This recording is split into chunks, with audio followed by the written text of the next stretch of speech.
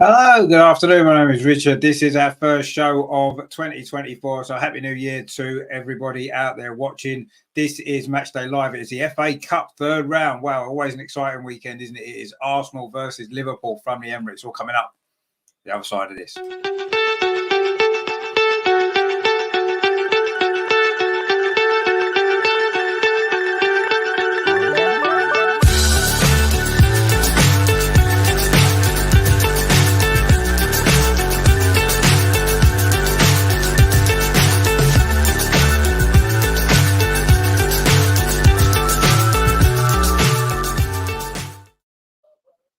So, good afternoon. I say it is FA Cup third round weekend, and it's a big one, isn't it? Arsenal versus Liverpool.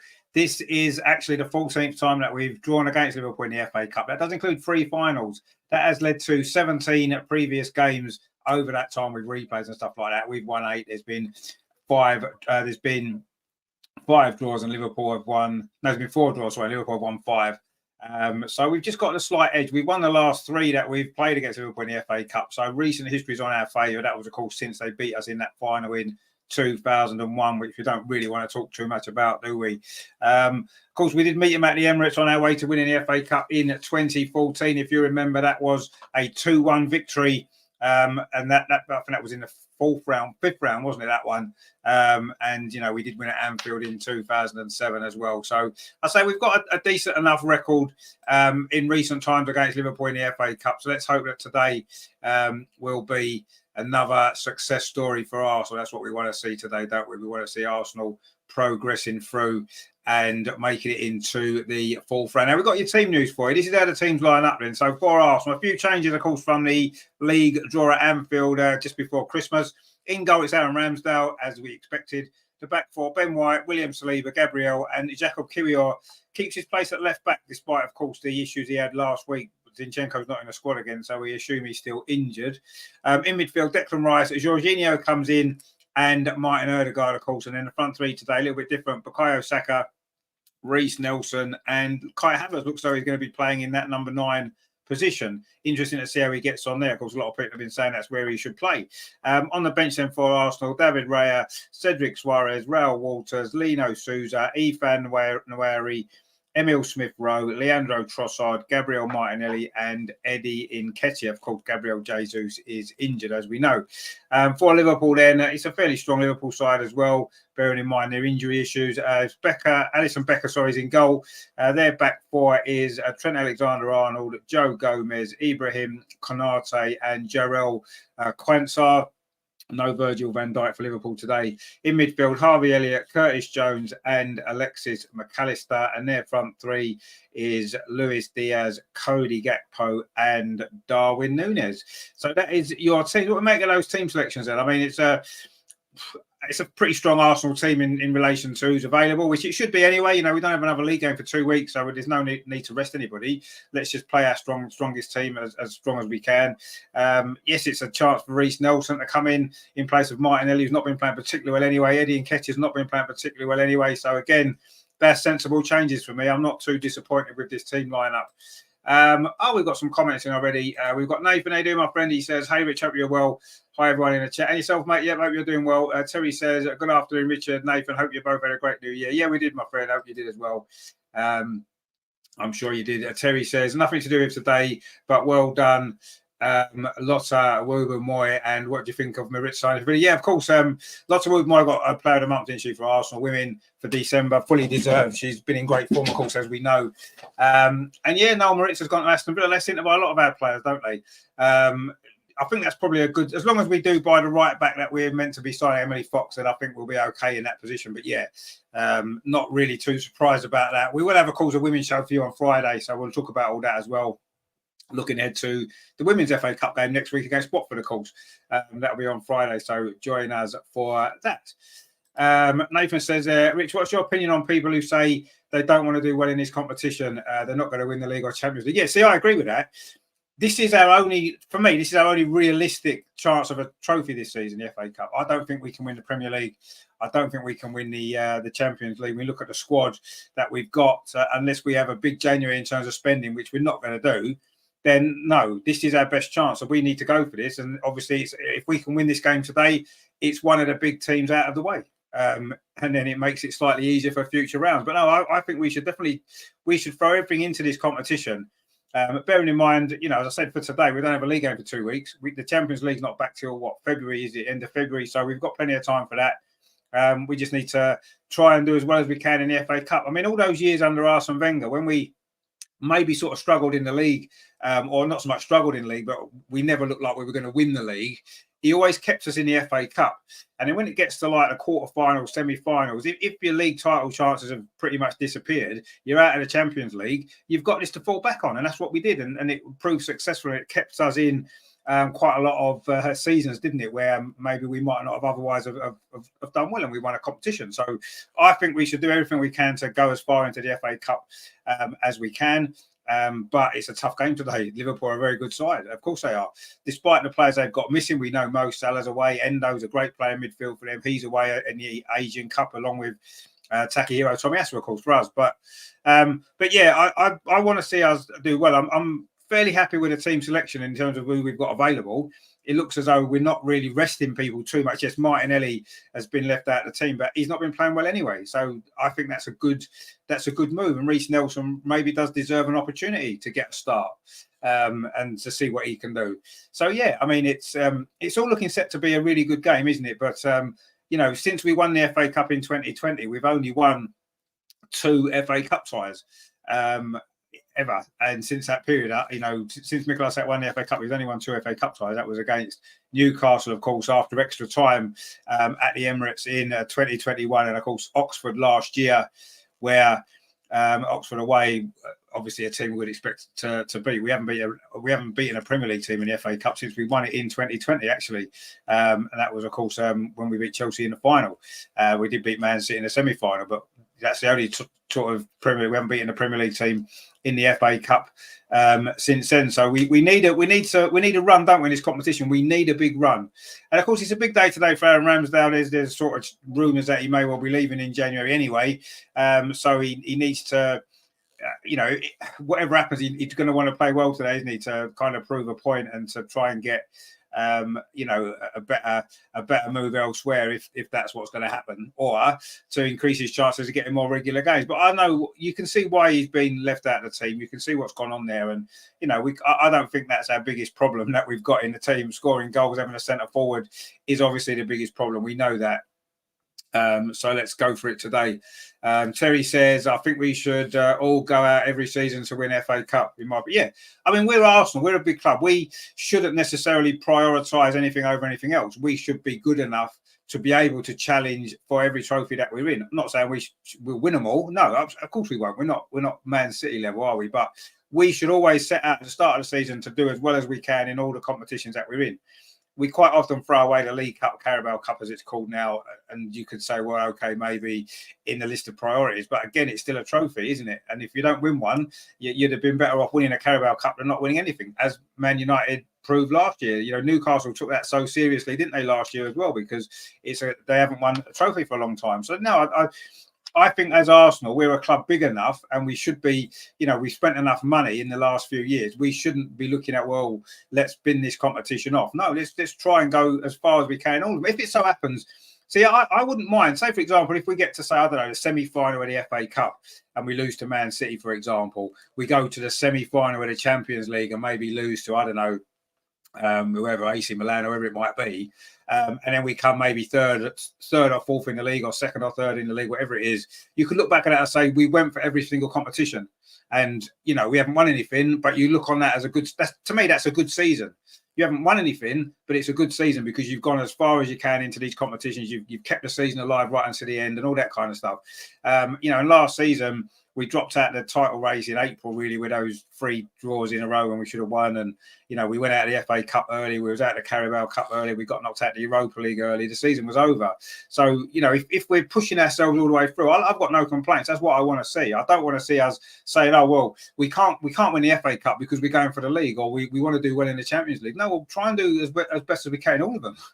I've always said that we're a big enough club. We're not a small club that maybe looks at it and says, okay, well, actually, we can only realistically challenge for one trophy this season. No, we can challenge for more, and I think we should try and do that. Nathan says, surely you'd want to win every competition. But exactly, yeah. I 100% agree with you. Mark C says, Havertz will score today. You may well do. He's playing up front. Terry says, Mike, you've been drinking again. Maybe yes. Terry says, I agree, Nation. The FA Cup is my favourite. Yeah, I think the FA Cup's all our favourite, isn't it? You know, we've won it the most times. It's been a competition that has given us so many great memories over the years, and it's still a great tradition, isn't it? Niels, if I say to my friend, good to see you. Please, let's get the win. Yeah, mate, that's what we want to see. We want to see a good FA Cup run. It's been a while. Terry says, afternoon, Neil. Hope you had a fantastic New Year, mate. Yeah, I mean, we'll be getting Neil back on the show very soon. Don't worry about that. Nathan says, one thing I will say is Liverpool do give teams chances, just need to be clinical. Yeah, they do. They've got a very good front three, though, today, haven't they? Yeah, they've got the young Jarrell Quanside playing at the back. So, yeah, but you look at our front three today, it's not a front three that's ever played together before. So we'll see. We shall see. Nathan says, really looking forward to this. Yeah, I think we all are. Definitely all are looking forward to this. Should be a good game. Terry says, you know me, Neil, it was Christy. Yeah, good stuff. Neil, says, good to see Rami and go. Well, I'm not too pleased about it, if I'm honest, but it was obviously was going to play. I'm not really fussed either way. I don't think he's particularly great. And he's certainly not an elite goalkeeper if we want to be a serious team challenging for trophies. We need better, obviously, but anyway, it's good for him, I suppose, to have a game, isn't it?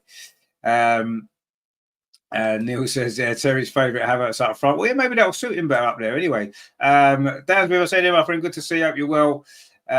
Mark C says, good afternoon, Terry. No, I've not been on the source yet. Well, not yet. You probably will be soon. And Dan says hi to everyone. Yeah, I mean, this should be a good game, shouldn't it? Let's be honest. It's the FA Cup. It's the oldest cup competition in the world. And yeah, as Nathan points out there, like the white strip. Yeah, I mean, Arsenal playing against no more red. So we've got that white kit on that we only ever wear in the FA Cup normally until we get knocked out, which generally is not very long, is it? So that is what we're wearing. The Liverpool are in their sort of purple away kit today. So I don't know if Arsenal and Liverpool have ever played with Arsenal wearing white and Liverpool in purple before in a game. I'm not sure. I know in the 1950 FA Cup final, didn't we wear gold? I think we wore a gold strip that day actually against Liverpool in the 1950 FA Cup final, but. Anyway, we did win that one, so hopefully a change of kit might do us good. Who knows? Russ is with us as well. Good evening to yourself, my friend. Hope you are doing well. Terry says, come on, you Gunners. Neil says, enjoy it all. Check that out. Yeah, no problem, mate. We'll speak to you soon. So, yeah, Arsenal in white, Liverpool in sort of purpley colour, which is it's unusual, isn't it, seeing these two teams playing in these kind of colours. What I don't like about this white shirt is you can't see the numbers. Surely they'd have been better off having black numbers on the kit, really, wouldn't they? As opposed to white numbers, just with a faint white background. So you can't really see the numbers very well. That's a big complaint I've got. Obviously, Martin Odegaard's captain for Arsenal. Trent Alexander-Arnold today is captain of Liverpool in the absence of Virgil van Dijk. So that's how we are here. And yeah, I'm not too keen on the Arsenal numbers on the shirt, but anyway. Mark C says, everyone are hiding to nothing today. If we win, people will say, oh, well, Salah wasn't playing. Well, no, I don't know, because this is still, Liverpool are still a good side, even without Salah in, let's be honest. And yes, obviously it makes it slightly easier for us, doesn't it, without their top goal scorer, of course. But I don't think it's an excuse. Dan says, why don't they put it up for sale? More money for the club. I don't know. They sell everything else. They've sold their soul. I'm surprised they're not selling the white shirt. But anyway, I don't know. They'll obviously have reasons why. Maybe they don't want it to be commercially available because it wants to be just for this special campaign. Maybe that's why they don't want it to be worn any other time. They don't want fans to be wearing it all throughout the year. Maybe that's why. I don't know. But I'm surprised because they generally they sell everything, don't they? The club usually. So anyway, let's see what's going to happen. It is Arsenal versus Liverpool. It is the FA Cup third round, and it is going to be a very interesting game. Can Arsenal get through and get an FA Cup run going? I say it's been a while, hasn't it? It'll be 4 years, of course, this year since we last won this trophy, which doesn't seem that long when you look at how long it's been since we won the other trophies. But it's a long while for us, isn't it? So Arsenal, it's going to be Liverpool kickoff. Arsenal attacking the goal to our right, which is at the clock end in this first half. And Liverpool also attacking the North Bank this is going to be, I'm sure, a very, very tense afternoon here as well. Dad says it's anti-violence. It's a good message all year round. Absolutely, no, it is a good message. I personally can't see, the knife crime in London is not going to be solved by Arsenal wearing a white kit, is it? That's a lot more stuff needs to be done. And I don't know really. I think politics should stay out of sport. I've always said that, so I'm not really. I can't really understand why we need to make a point of it. It's not our job, is it, to tell the government how to deal with problems in London? The government should be doing that anyway. But anyway, you're right. Obviously, it's a message that needs to be said all year round. Of course, it does, not just one weekend a year. And it's the government to do that, isn't it? Anyway, Arsenal with a throw on this near side very early on, which Ben White has taken, but the ball is now back with Aaron Ramsdale, all in black today, the Arsenal goalkeeper, back in the side, of course, for the cup games, the domestic cup games, not the European games, of course. You wouldn't expect that to be the case. Anyway, it's a throw now to Liverpool on this near side. Aaron Ramsdale in goal for Arsenal today, which I know a lot of fans are happy about, but I can't say I'm particularly bothered either way, if I'm honest. There's a front of Liverpool, this near side. Joe Gomez, who's playing left back now, with the injuries that Liverpool have got in that particular position, and they're trying to come forward early on here, Liverpool, but Arsenal would deal with that, and it was Jacob Kiwior played the ball out. It's been a little bit of a scrappy opening period here in this game. It is still 0-0, obviously. We've only played a minute and a half. The ball's now back with Alisson, the goalkeeper for Liverpool. He's all in yellow. Very unusual kits. It's a little bit unusual. Arsenal never played in this white kit at the Emirates before. Of course, the two previous third rounds that we've worn it, we were away, and we've not actually worn it in the at the Emirates before. So it's a little bit strange, but we've worn colours other than red in home games previously. There was a Champions League game, I remember we wore blue once, didn't we? Anyway, Ramsdale's gone low. That's actually a good ball. Reece Nelson's in behind. Reece Nelson with a nice touch. He's gone round the keeper. Can he get the finish? He can't. He did it in the side netting. The first chance there for Arsenal, Reece Nelson it was. It was a long ball over the top from Ramsdale, actually. Ramsdale would have got an assist for that then. It was Reece Nelson found himself the wrong side of the Liverpool defence there. He was onside. There was no question about that. It was a good run, actually. He got onto the ball. It was a decent first touch as well, actually, in behind Reece Nelson there. His pace took him in behind Konate. It was a good touch. Took it round the goalkeeper. He was very wide. He maybe could have pulled that back. There was Saka and Havertz were coming in there. And in the end, he's fired into the side net in a very early chance for Reece Nelson. He did well initially, but then he didn't maybe make the right choice. Phil said he should have tried to lob the keeper. Yeah, he possibly could have done. But I don't know. I mean, I don't think he did too bad. It was a good first touch, and he kind of took it round the keeper. But then when he's that wide, you've got to look to pull the ball back, haven't you? You're not really going to score from that angle, are you? Really. Anyway, Liverpool now with Diaz inside the centre circle, battling away for the ball. Actually, he's got it out to that far side. Liverpool looking dangerous here. The ball into the box. Gabriel tidies it up well. It was Harvey Elliott actually over on that far side, and he's just been fouled by Reece Nelson. Terry says, why don't we shoot? We're not allowed to shoot, are we? It's the rules. We're just not allowed to. But Liverpool there with their first really dangerous moment there. Down that far side, Liverpool's right. It was Harvey Elliott with the cross. And Gabriel came across and did well, actually. It was Diaz who set that move up initially, who did well. And it was Harvey Elliott who was then fouled by Reece Nelson, who just stood on his foot, actually. And it is a free kick to Liverpool over on that far side. Maybe a bit fortunate Reece Nelson didn't get booked then, actually. Anyway, my stream on there is a little bit crap, so I'm going to try and get another one. I was on the iPlayer there. It's not very good, is it? The iPlayer, let's be honest. It's pretty crap, actually. Let's have a look and see. It wouldn't let me go into the other stream before for some reason. I don't know why. But anyway, let's see if we can get somewhere now. See, I don't know what's going on. It says there's no internet connection. Well, there clearly is internet connection. Let's have a look. Where are we? Let's have a look.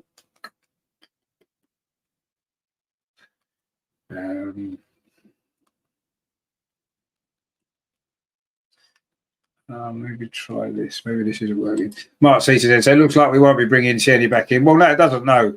But then you've got to ask yourself, haven't you? Is Tierney actually the answer when he didn't fit in, did he, last time before, when he was playing the role that Arteta wants the left back to play? Maybe that's not really suiting Kieran Tierney. Would it be worth bringing him back if that's still going to be the case? That's not going to change, is it? He's not going to change the system, is he, to fit a player? He's never done that before. He's not going to do it again, is he, Mikel Arteta? That's just not what he does. It's just not what he does at all, is it?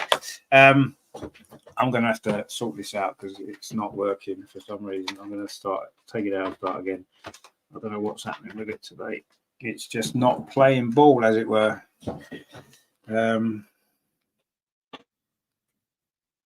Which is a bit of a ball ache. I don't like using the iPlayer because it's just crap, isn't it?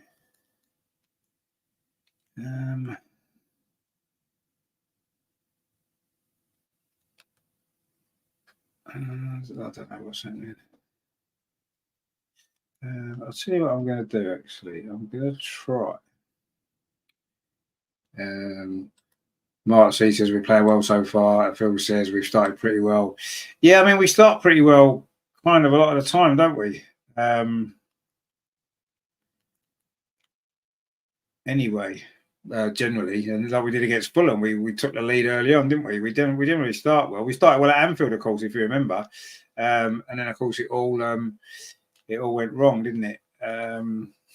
Galadad says, "Go, only kidding." Yeah, well, don't do that to me because it's not good. Honestly, I don't know what's happening with this. It's saying no internet when clearly there is internet. If there wasn't internet, then I wouldn't be live on here, would I? So anyway, I might have to go back to iPlayer then because this is just not really working. I'm not really sure why. Anyway, let's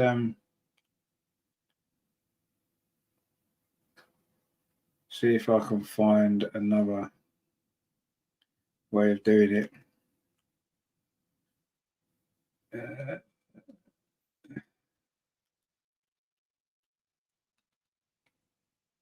Okay. Right, let's have a look.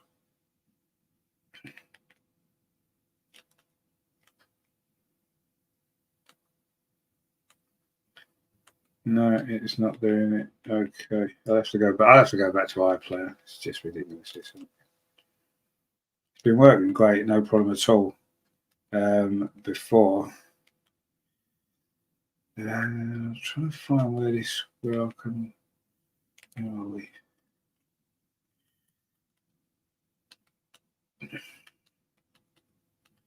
All right, let's have a look. It says no internet, but there is internet. It says it's connected to the internet. So I don't know what it's doing. Honestly, it's just ridiculous, isn't it? Let's have a look.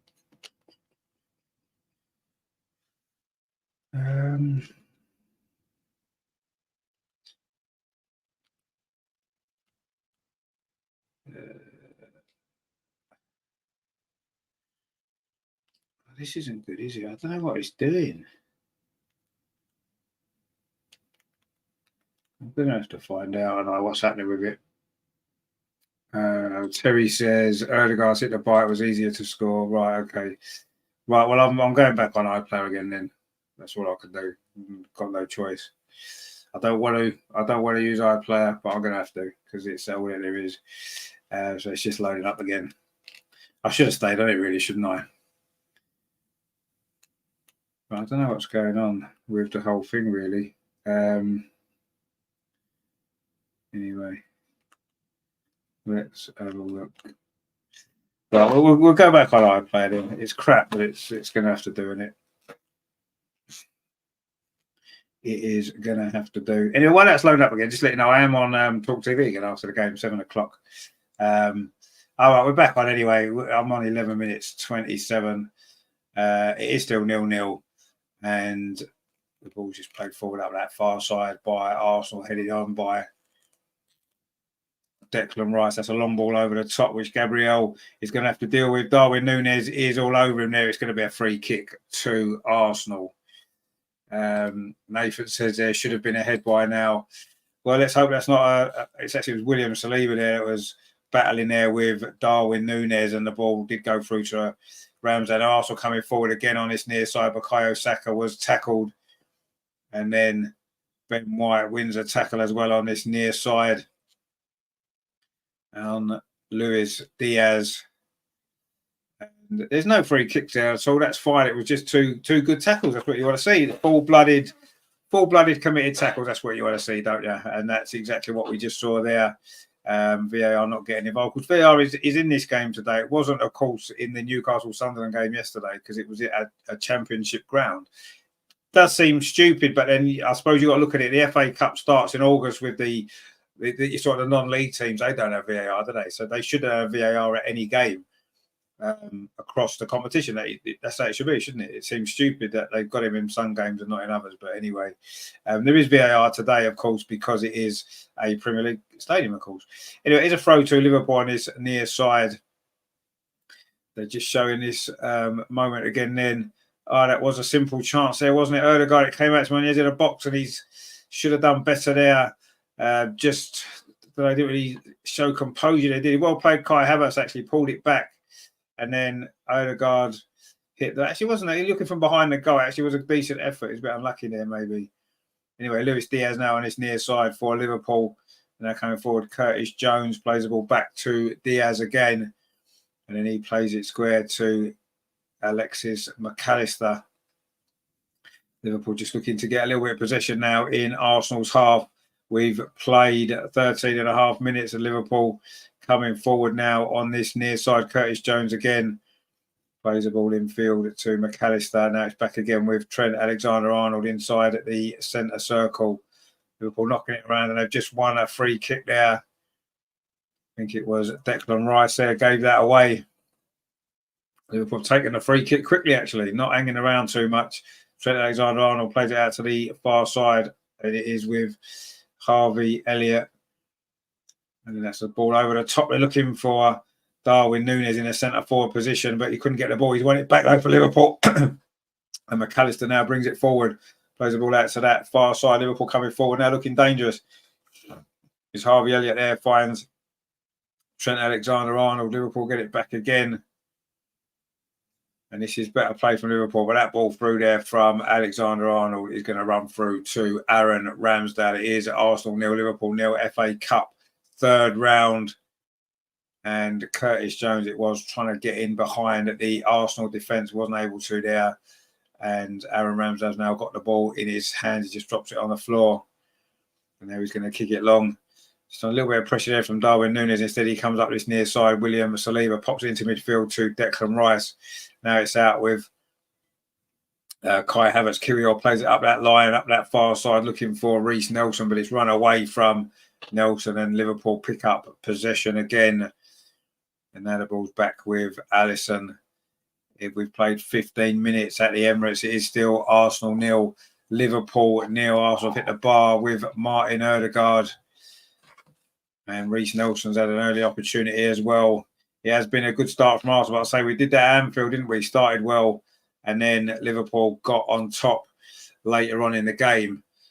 And we've started well again here in this FA Cup tie at the Emirates. Let's see if we can finish this game off, get the early goal, and maybe push on. We did get the early goal, of course, against Fulham, but it didn't quite work out that way, did it, for us in the end?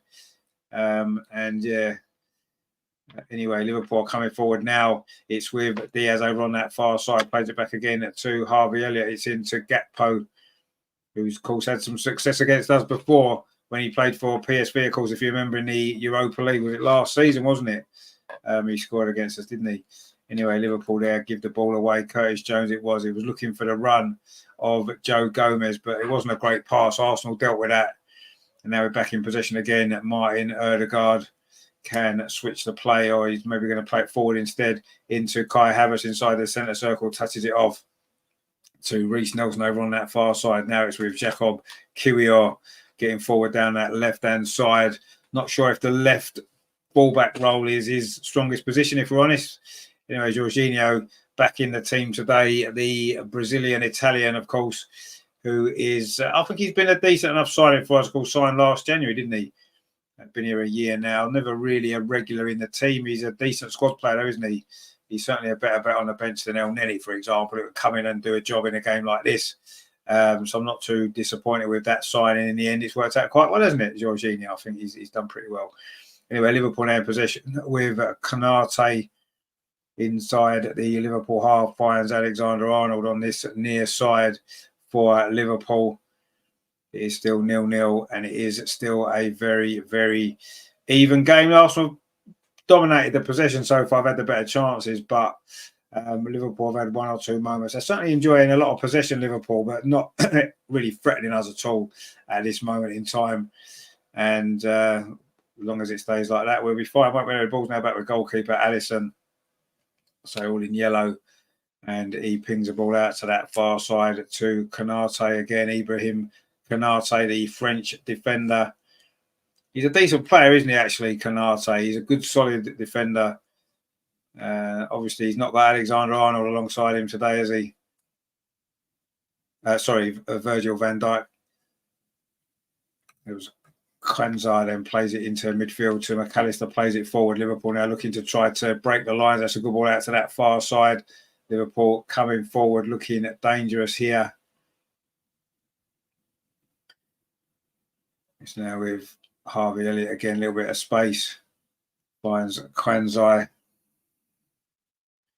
Plays the ball back to Konate. Liverpool just inside the Arsenal half, not really threatening too much at the minute, but keeping the ball pretty well. Konate again plays it out to that far side to Cody Gakpo, and now it goes all the way back to Alisson. Arsenal keeping a good shape without the ball. We're not allowing Liverpool too much space in behind at this moment in time. Anyway, they're coming forward now. This is a great run forward actually from Kwanzaa. He's just tackled dead in midfield, and now there's a gap in behind if Arsenal can exploit it. Jorginho instead just plays it square to William Saliba, gets it back again. Jorginho. We've played 18 minutes here at the Emirates Stadium in the FA Cup third round. Arsenal 0. Arsenal in white 0, Liverpool in purple 0. Very, very strange colour combinations here for the two teams tonight. Martin Odegaard now just touches the ball back again to Saliba. Arsenal keeping possession inside their own half without really looking too dangerous at the moment. Declan Rice now, a little bit of space, but again, though, he's deep inside Arsenal territory. Wants to play a forward pass. There's not a lot of movement in front of him, so he just plays it square to Jorginho again, and it goes back out to Gabriel over on that far side. And Arsenal just knocking the ball around now inside their own half. It's out with Kiwior over on that far side. And now it goes back to William Saliba. In fact, it goes all the way back to Aaron Ramsdale. Now it's with William Saliba for Arsenal. Arsenal 0, Liverpool 0, and we've played not even 20 minutes yet. It's been a reasonably good start from Arsenal. We've had two big chances in this game so far. We haven't taken them though, and we know how dangerous Liverpool can be. Their front three are very, very good. Even without Mo Salah, they've still got a very good front three, haven't they? There's no question about that.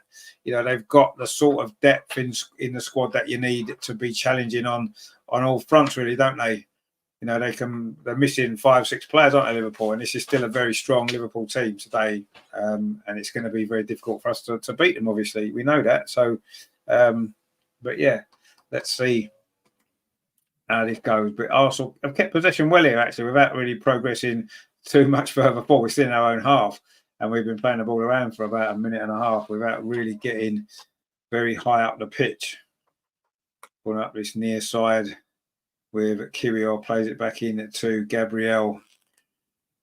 Gabriel got a little bit of time and not really, again, not much movement ahead of him. So he goes square to William Saliba. He finds Ben White on this near side. But again, Arsenal force all the way back to Aaron Ramsdale, who kicks it long towards Bukayo Saka on this near side. Mistake at the back by Liverpool. Saka almost managed to get in. He does win the ball back. Declan Rice now finds Reece Nelson, touches it off to Jorginho. And Arsenal are going to keep possession again, but this time in the Liverpool half. Declan Rice finds Ben White, he finds Saka, gets it back again at Declan Rice. And now Arsenal are back inside their own half. William Saliba on halfway, dinks a ball over the top, looking for the run again of Reece Nelson. So there's some good movement in these opening 20 minutes here. Now the ball goes to Saka. His cross hits Liverpool player, gets it back. Now it's with Martin Odegaard on his near side, plays it into the edge of the penalty area to Reece Nelson. Odegaard manages to keep possession, put under pressure. Declan Rice goes square to Gabriel, plays the ball up his near side, but it's not a great ball. And Joe Gomez will just let that go out for a throw to Liverpool on the near side. 20 minutes in, we have played here at the Emirates Stadium. It is Arsenal 0, Liverpool 0. And it's going to be Joe Gomez here with this throw on his near side for Liverpool. The England fullback, who's more accustomed to playing at a right back. I thought he did well when he came on at Anfield when we played Liverpool. At left back, I thought he did well in that game. So he's clearly an adaptable player. Anyway, now it's Trent Alexander-Arnold steaming forward for Liverpool through the midfield. He's done well, actually. Trent Alexander-Arnold, that's a good ball as well up that far side. The cross comes in, and it's going to be dealt with there, tucked away for a corner there. It was Ben White who dealt with that. And it is a corner now to Liverpool on this near side. Midway through this first half, it was Darwin Núñez who was looking to cause some danger there for Arsenal. But it is a corner to Liverpool. And it is going to be Harvey Elliott with it on this near side, which is Liverpool's left. Kansai's in there. Konate's in there. They've got some height, Liverpool, haven't they? To attack this corner. This is Harvey Elliott. He's going to put this ball in. It's an outswinger. Comes towards you. The 6-yard header comes in. It's a free header. Was that Darwin Núñez? It was with the headers. Put it wide. And under a little bit of pressure, but really, he maybe could have done a bit better with that. It was a good corner there from Elliott from this near side. And Darwin Núñez, in fact, he was not under pressure at all. It was a free header. Terrible, terrible Arsenal marking there. And he's headed it down and it's gone wide. Terry says Liverpool should have scored there, or at least hit the target. Yeah, he should have hit the target. Mark says some of our marking at corners lately hasn't been up to standard. No, it hasn't. And some of our attacking at corners hasn't been up to standard either, has it? Anyway, also coming forward again over on this far side. Kiwior finds that Reece Nelson's had a lively start to this game. Oh, he just dribbles around the outside of Trent Alexander and falls over. A brief appeal there, looking at the referee. He was never going to give a penalty for that. It's gone behind. It is a goal kick to Liverpool. Reece Nelson did, of course, score in a Premier League game against Liverpool in that COVID season, didn't he? The season that Liverpool won the league. We did beat them 2-1. I don't know if they'd already won the league by that point, right at the end of the season, or whether they were so close to winning it. And Reece Nelson scored that night, didn't he? We came from behind to beat them 2-1. I think Lacazette scored the other goal as well, actually, which was a good Arsenal performance at that time. Of course, just before we won the FA Cup, of course. So Liverpool won the Premier League and we won the FA Cup that particular season, didn't they? You know, it's funny, isn't it, that Arsenal fans are quick to point out, well, Liverpool won the league in the COVID season, which shouldn't really have counted. And Arsenal won the FA Cup that season, but they're quite happy to count that, aren't they? Which, I don't know, it was a strange one, that, wasn't it? Empty Wembley, winning the FA Cup didn't quite feel the same, did it?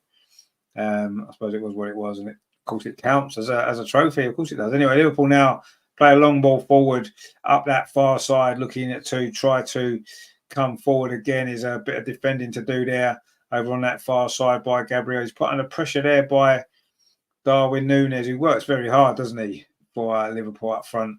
Even though he doesn't often score as many goals as maybe he could do. That's an issue that he needs to work on, isn't it? His finishing, maybe. In fact, it was William Saliba did well, plays the ball back to Aaron Ramsdale.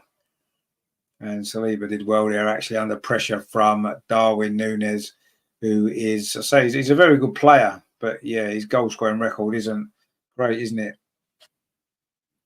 And Arsenal trying to come forward again over on that far side. Not a great ball forward, actually. Liverpool picked up possession again. And Arsenal giving the ball away a little bit too easily in spells in his first half. And there's a bit of space over on that far side for Harvey Elliott. Can he get a cross in to the box here for Liverpool? See if someone can get a breakthrough. This iPlayer keeps freezing on me. It's absolute crap.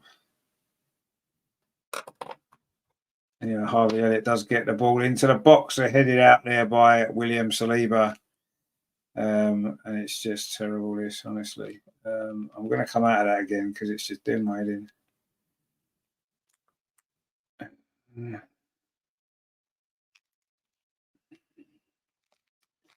I'll tell you what I'm going to do. I'm going to do the old trick that you do. I'm going to turn it all off and turn it back on again and see if that works.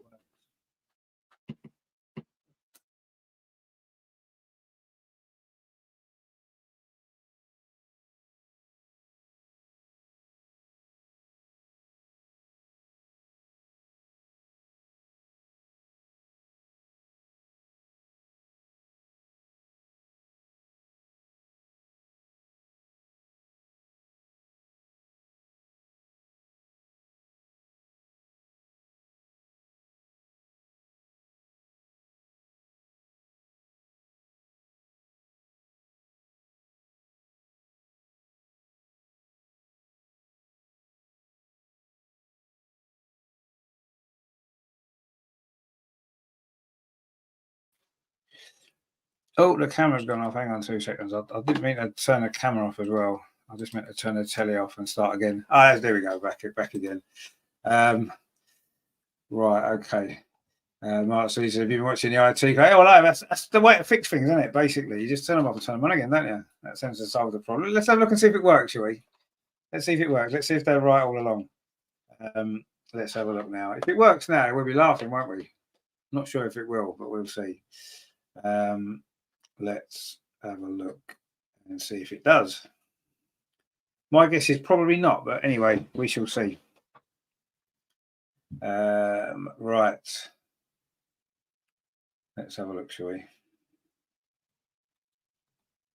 Oh, hang on, it might be working. It might be working. Shall we have a look? Let's see, shall we? This is exciting. It's an exciting moment, this. It's an exciting moment.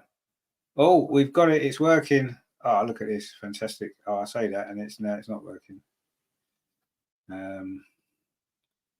Oh.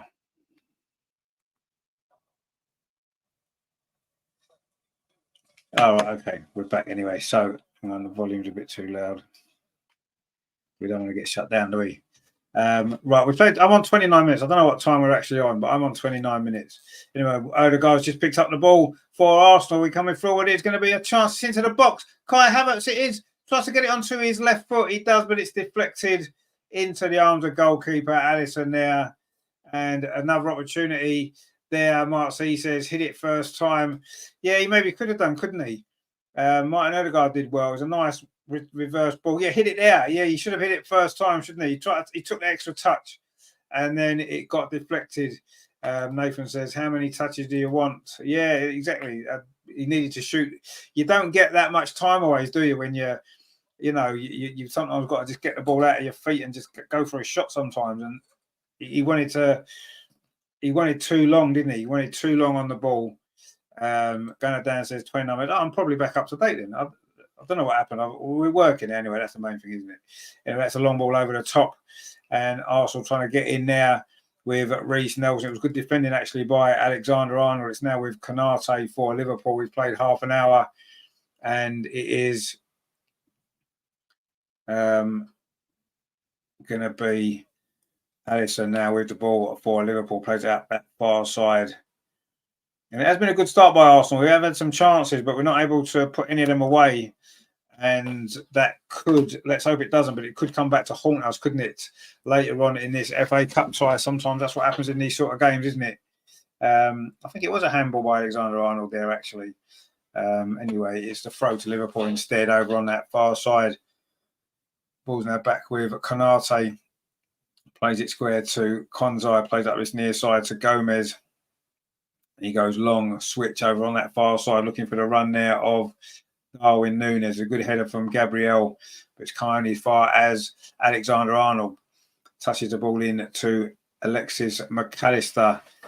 Of course, we had some battles with him in his Brighton days, didn't we? Alexis McAllister, if you remember, he was always a bit of a thorn in our side. As a lot of Brighton players used to be, didn't they? Mark C says we could be 2-0 up now easily. I don't want a bloody replay. No, I mean, it's not ideal. But then we haven't got a Premier League game for 2 weeks, so we might as well have a replay, mightn't we?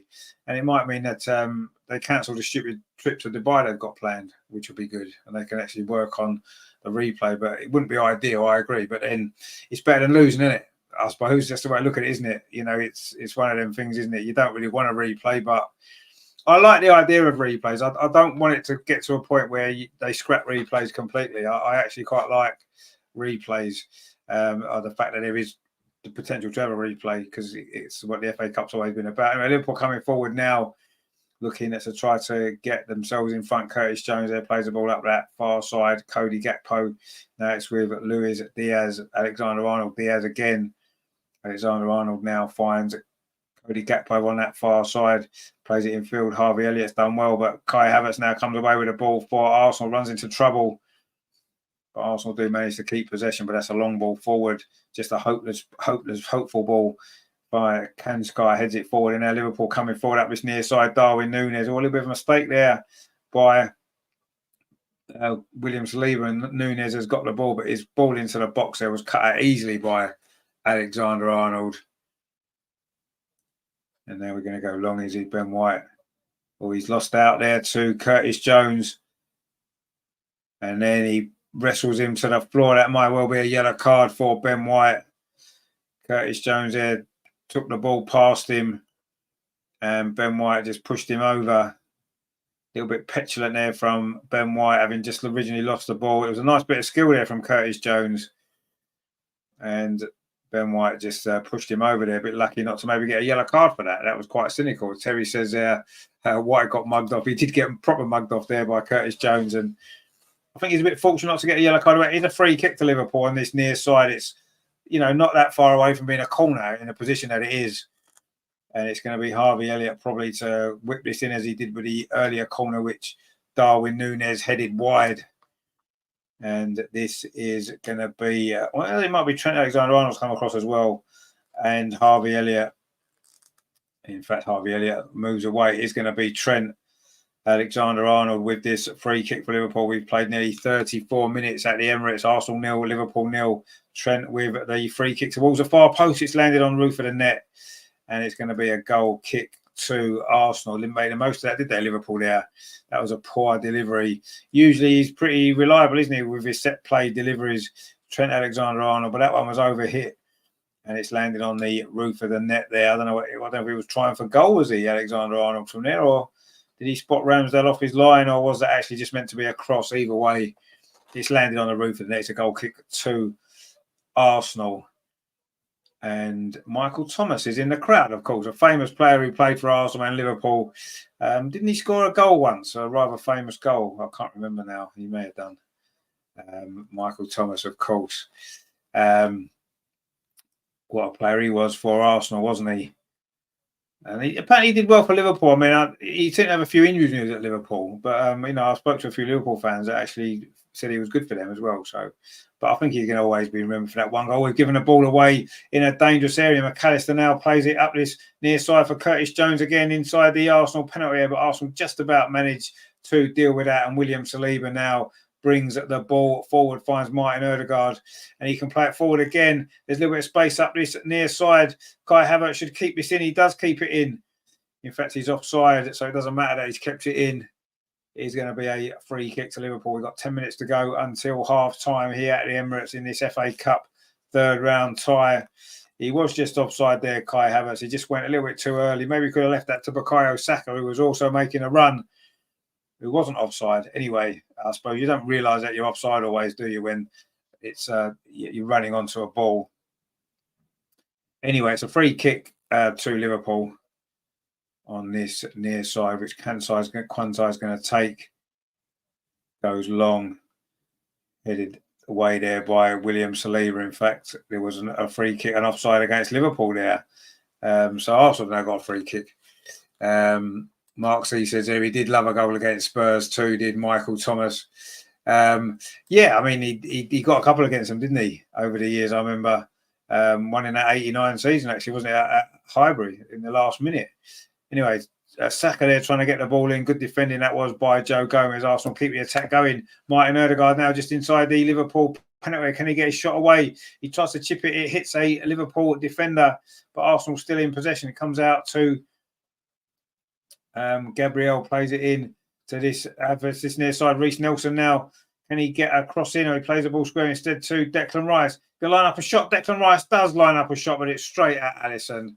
And again, Arsenal don't get the lead. Terry says, well done, Rice. At least he's had a shot. Yeah, it was a shot. It was an ambitious shot from that far out, but it was a shot.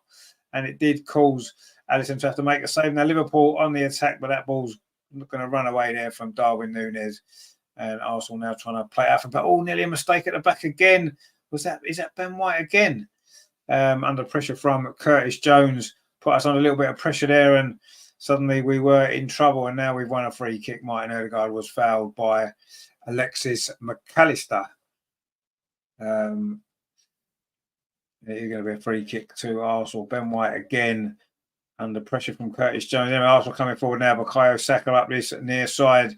Bukayo Saka having a run at Joe Gomez just inside the Liverpool area. Tries to go around the outside. The ball actually falls now to Ben White with a shot. It was that deflected over, or was it touched over? And Saka did well. It just fell to the edge of the box. Ben White's shot. Oh, in fact, it was saved by Alisson. He's tipped it over the bar. He's hit that well, Ben White, actually running onto it. He's lashed it at the goal and may have been going over anyway. Mark C says another good chance gone begging. That was a decent save that by Alisson. It was fairly close to him though. Terry says, Dan, I'm not going to say it, but I can't help 29 is crap, another miss. Well, he's doing all right today. Anyway, it's a corner now. Bukayo Saka on this near side is going to whip this in towards that near post. There's a header. Oh, it's Kai Havertz. It has put it wide. That was a big chance there for Kai Havertz. A bit similar to the Darwin Núñez one at the other end, wasn't it? Again, a similar situation. It's a corner whipped in. And this time it was a sort of a free header as well. He got above the defender. Wasn't great defending that from Liverpool, it has to be said. But he needs to put that header on target.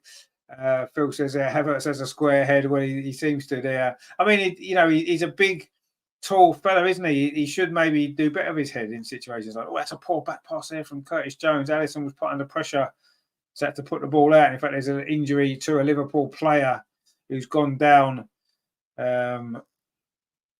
Which is Quensai actually, and Alisson's claiming he put the ball out, but he clearly didn't. He was under pressure there, had no other choice. Nathan says it's probably a better chance than Núñez one. And they're quite similar, aren't they, really? It's a corner, it's a free header. I think Havertz was slightly closer to the goal, wasn't he? So, yeah, it probably was a slightly better chance. They're never easy, though, are they? Looks like Quensai sort of stepped on the ball and got a little bit of an injury there. And that's what led to that particular little incident. There was a poor back pass, actually, from Curtis Jones. And Quensai is just getting some treatment now. Jarell Quensai, of course, a young English defender. We've got Anne in the chat. How you doing, Anne? Good to see you. Hope you work. Happy New Year to you. Hope you're doing well. And says, are we winning this game? Well, not at the moment. We're not. No, it's 0-0. Are we going to win the game? Let's hope so. But we've had all the chances really, but we haven't managed to take any of them. And it is still 0-0. 5 minutes to go until half time. There'll be a little bit of stoppage time right at the end of this first half. There's been one or two little stoppages, maybe 3 minutes we might get. And Quensai is just getting some treatment and he's come off the pitch. So Arsenal going to take this throw. Ben White throws it into Bukayo Saka and it's gone out behind. It's going to be another throw to Arsenal again in line with the Liverpool penalty area. Saka's now gone down just on the edge of the penalty area. I think it was Alexis McAllister with the challenge on him there. And Saka's gone down. It was the throw came to him there. Oh, he just kind of lent his shoulder into Saka there, didn't he? Into his chest. Phil says clever foul on Saka. Yeah, it was a clever foul. So it's only going to be a throw actually to Arsenal. It wasn't even given as a free kick. Mark C says it's obstruction. Yeah, it kind of is, isn't it? Terry says, don't things grow tall when they grow manure? Perhaps that's why 29 is where he is. That's a bit harsh, isn't it? Anyway, Declan Rice now on this near side does well. Martin Erdegaard trips over. In fact, he was fouled there by Joe Gomez. It's going to be a free kick to Arsenal. Again, this is a bit similar to a corner, isn't it, on this near side? It's about 10 yards in from that corner flag. He was just clipped there, Martin Erdegaard, by Joe Gomez. It is a free kick to Arsenal. Can we get the lead before half-time? We're into the last 3.5 minutes, of time at the end of this first half. There will be some stoppage time, as we said. It's going to be Saka with this free kick. Can Arsenal get the goal? It is Saka. Looks weird in a white shirt, doesn't he? Anyway, it is going to be Bukayo Saka to take this free kick. He's going to whip this in, probably towards the edge of that 6-yard box, you would imagine. It's a ball to the... Oh, it's overhit. It's a bit like the Alexander-Arnold one a few moments ago. It was just overhit. Found nobody. It's gone behind. Mark C says a lame free kick. It was a very lame free kick. And Phil says, crap, it was, yeah. We've got a lot of bodies in the box, and he's just overhit it. Not good at all. So a little bit similar to the Alexander-Arnold one a few moments ago. Two players are usually better than with their set-piece deliveries, aren't they? You know, Arsenal trying to come forward again, but McAllister's again wins that ball for Liverpool. And that's a long ball played up that far side. But Aaron Ramsdale's out of his box and maybe didn't get the best connection on it, but he's put it behind for a throw to Liverpool. We're coming down towards half-time in this FA Cup third-round match at the Emirates. Arsenal 0, Liverpool 0. Arsenal in white, Liverpool in purple. Very, very strange colours here for the two teams today, but we knew that's what was going to be happening.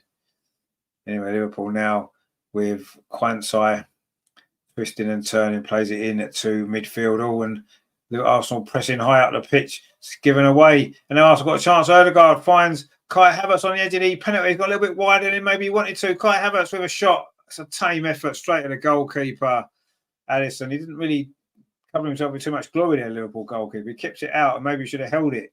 But anyway, Liverpool now coming forward on the counter-attack. This is where they are dangerous, of course, as we know. And coming forward now, a little bit of space on this near side for Diaz, but he couldn't get that ball under control. And it's gone behind for a throw. Phil says, again, we wasted a chance. Yep. Mark C says, who missed that? Yeah, let's have a guess. It was Kai Havertz. He went wider than he maybe wanted to. There was a bit of spin on it. Alisson just chested it down to Quansai. A little bit of a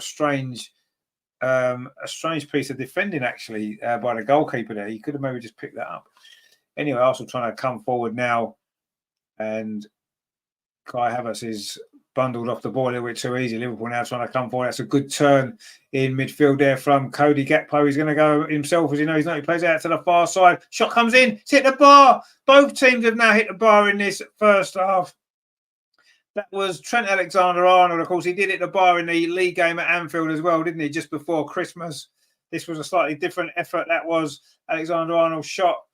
Oh, it beat the goalkeeper and it's gone onto the crossbar there. He cut through that, actually. Oh, that was so unlucky there for Liverpool. And both teams have hit the crossbar. Mark C says Rambo hit the cover. He clearly didn't. He went straight past him. And it's come back off the crossbar there. So Arsenal, a bit of a let-off. Arsenal hit the crossbar as well earlier on with Martin Erdegaard.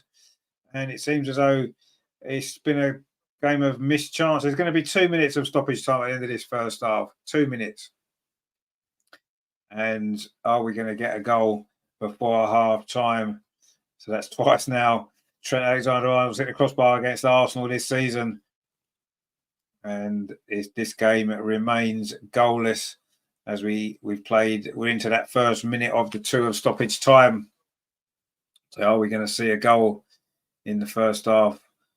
You'd imagine probably not now as we count down towards the final few minutes here. Alisson gets the ball out to Quansai on this near side, goes long, looking for Curtis Jones, who's done well, but Declan Rice takes the ball off him. Saka now played forward by Ben White now to Martin Erdegaard. McAllister's into him there, and it's going to be a throw to Liverpool. Good play that from Alexis McAllister. He's a good player, isn't he? The Argentinian, there's no doubt about that. He's a really, really good player. I remember there was talk of Arsenal signing, wasn't there? before he went to Liverpool, and I think that he would have been a good signing for Arsenal. He's a good player anyway. That's a throw for Liverpool. It's headed away, and Joe Gomez gets the ball again. It's gone out. It's another throw to Liverpool. We're into the last 30 seconds of stoppage time at the end of this first half.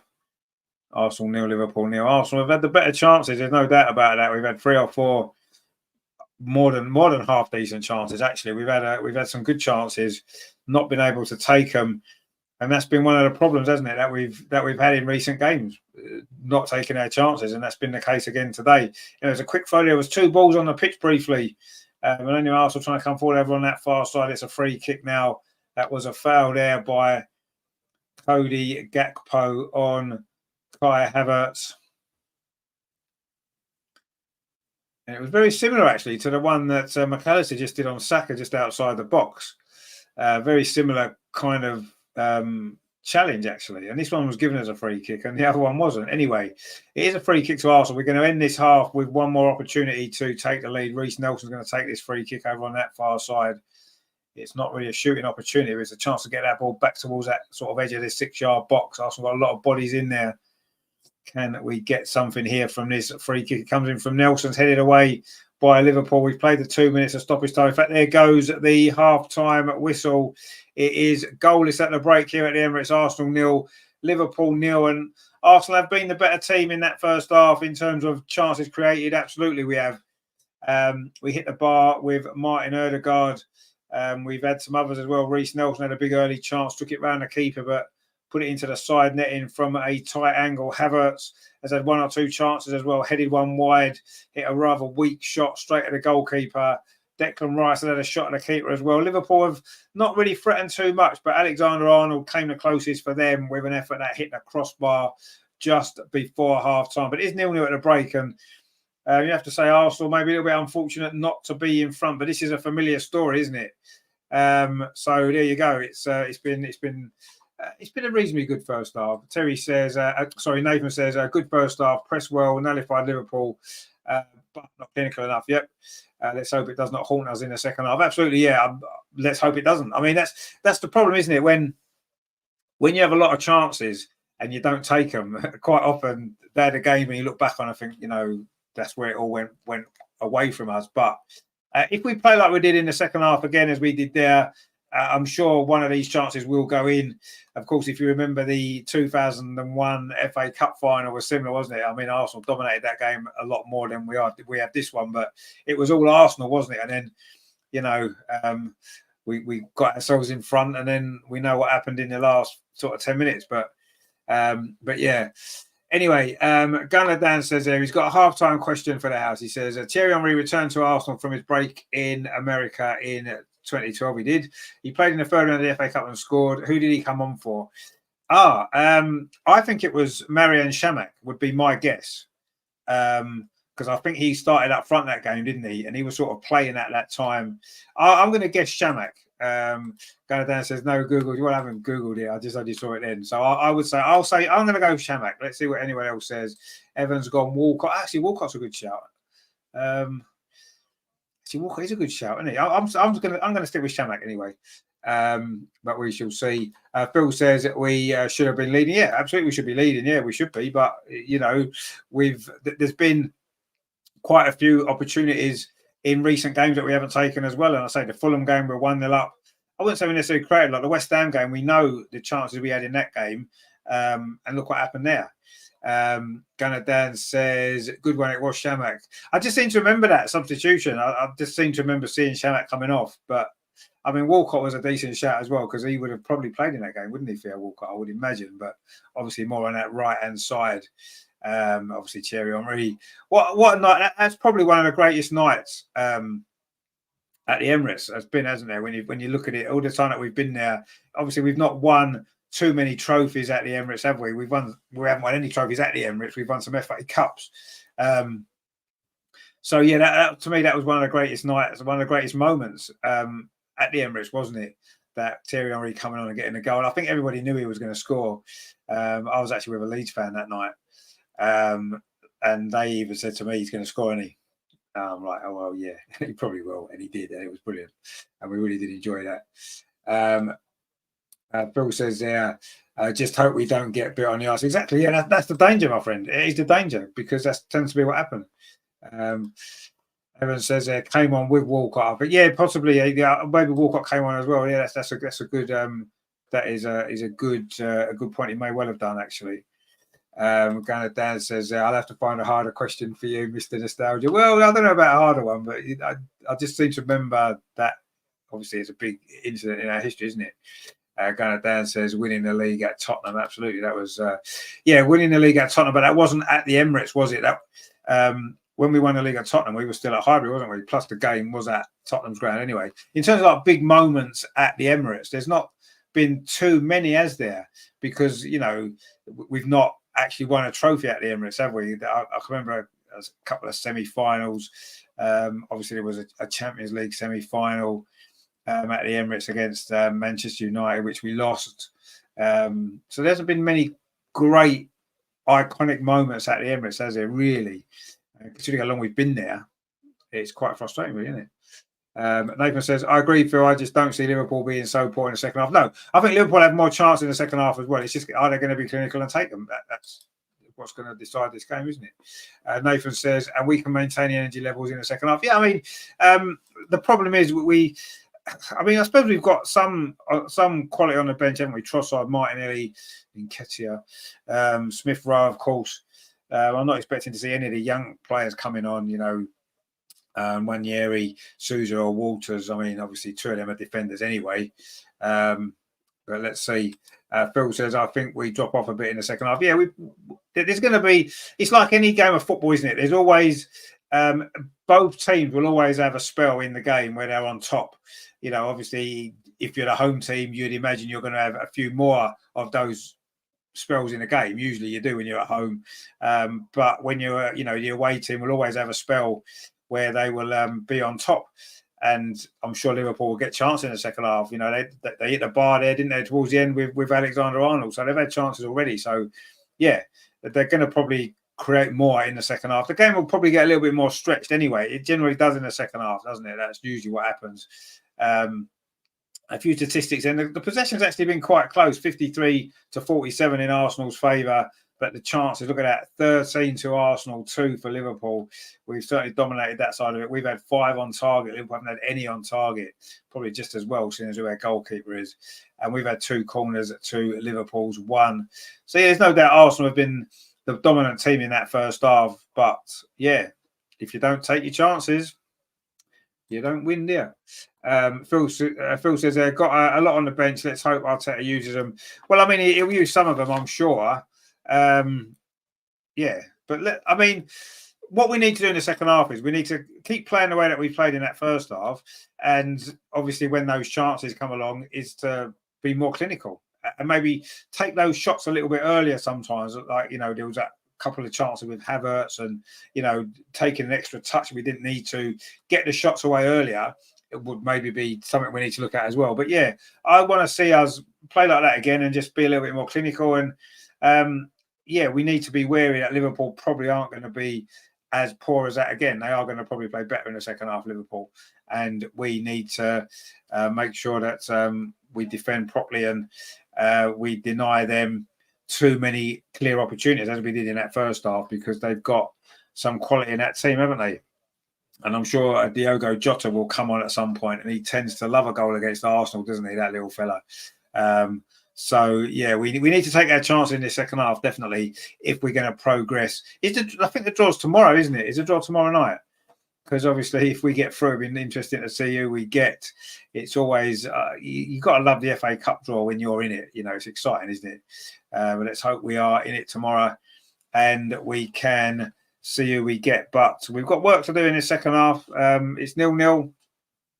We'd probably take that before the game, I guess. But anyway, let's see if we can get the goal in the second half, or goals that we may well need to win this game. I say, just a reminder, I am on Talk TV at 7 o'clock, so pretty much straight after this game. I'll be on the Mark Saggers show, of course, as usual, chatting about this game. So join me for that about 7 o'clock. We'll be on there looking at this. Hopefully there'll be some goals to talk about, and hopefully an Arsenal win. But we'll have to see. So join me for that if you can. Terry says, let's be honest, 13 shots, but didn't look like scoring from any of them. Yeah, and that's been a problem, hasn't it? Recently, that's happened a lot, hasn't it? We've like the West Ham game. Although I think we have 32 shots against West Ham, and although that looks a lot of shots, I never really felt that we were going to score that night. We could have played until Christmas, and we probably wouldn't have scored in that game. Actually, it was after Christmas, wasn't it? So we could have played until New Year's Day, and we probably wouldn't have. We probably wouldn't have scored that particular night either. So yeah, it is a bit of a worry. It finished Nottingham Forest 2, Blackpool 2. Actually, Blackpool were 2-0 up at Forest. West Ham played Bristol City. They're just showing the goals from that one. I know it was 1-1 at one point. I haven't seen the scores actually. Earlier on I was a bit busy doing other stuff. And West Ham have took the lead there with Jared Bowen. He gets a few goals, doesn't he? Phil says probably City away. It was City away last year, wasn't it? So we probably won't get City away this year. We'll probably get Man U away or something. Assuming they go through, of course. They're playing tomorrow night, aren't they, against Wigan. So Jared Bowen there gave West Ham the lead against Bristol City. And I seem to remember Bristol City have scored. Here they go. Here, this must be their goal, is it? That's a good finish, actually. From Bristol City. Is it Conway? Is it who scored that one for Bristol City? Looked like a good goal. Nathan says, good player, Bowen. He is, yeah, he's a good player. Yeah. He's got about 14 goals this season. He's not even really a striker, is he? He's more of a sort of a forward, I would say. That's a good finish at that Bristol City. It finished 1-1, actually. So there's a replay there. That's a really good finish, actually, by Bristol City there. So that's going to be a replay for West Ham. Replay for Nottingham Forest as well. So, so far there's only been one Premier League club that's actually gone out, I think, which has been Burnley. We lost to Tottenham, of course. They're the only Premier League team that's actually gone out so far. Obviously, there's going to be a few more because obviously Arsenal or Liverpool will be going out. There was another replay, wasn't there? Was it Crystal Palace against Wolves? No, Crystal Palace against Everton, Wolves against Brentford. So there's a few replays there. So that's going to be. I've got all the games here. Man City won 5-0 against Huddersfield. There you go. There's a surprise. Leeds won 3-0 away at Peterborough. Luton drew 0-0 with Bolton. So Luton will have a lot of replays actually. West Brom beat Aldershot 4-1.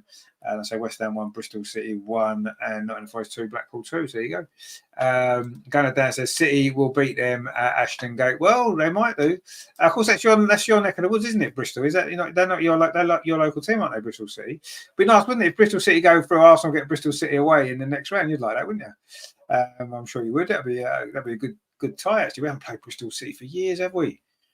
I mean, the last time Arsenal played Bristol City was probably when Bristol City were in the first division, which would have been 1979, was it? They got relegated 80, something like that. It would have been around about that time, wouldn't it?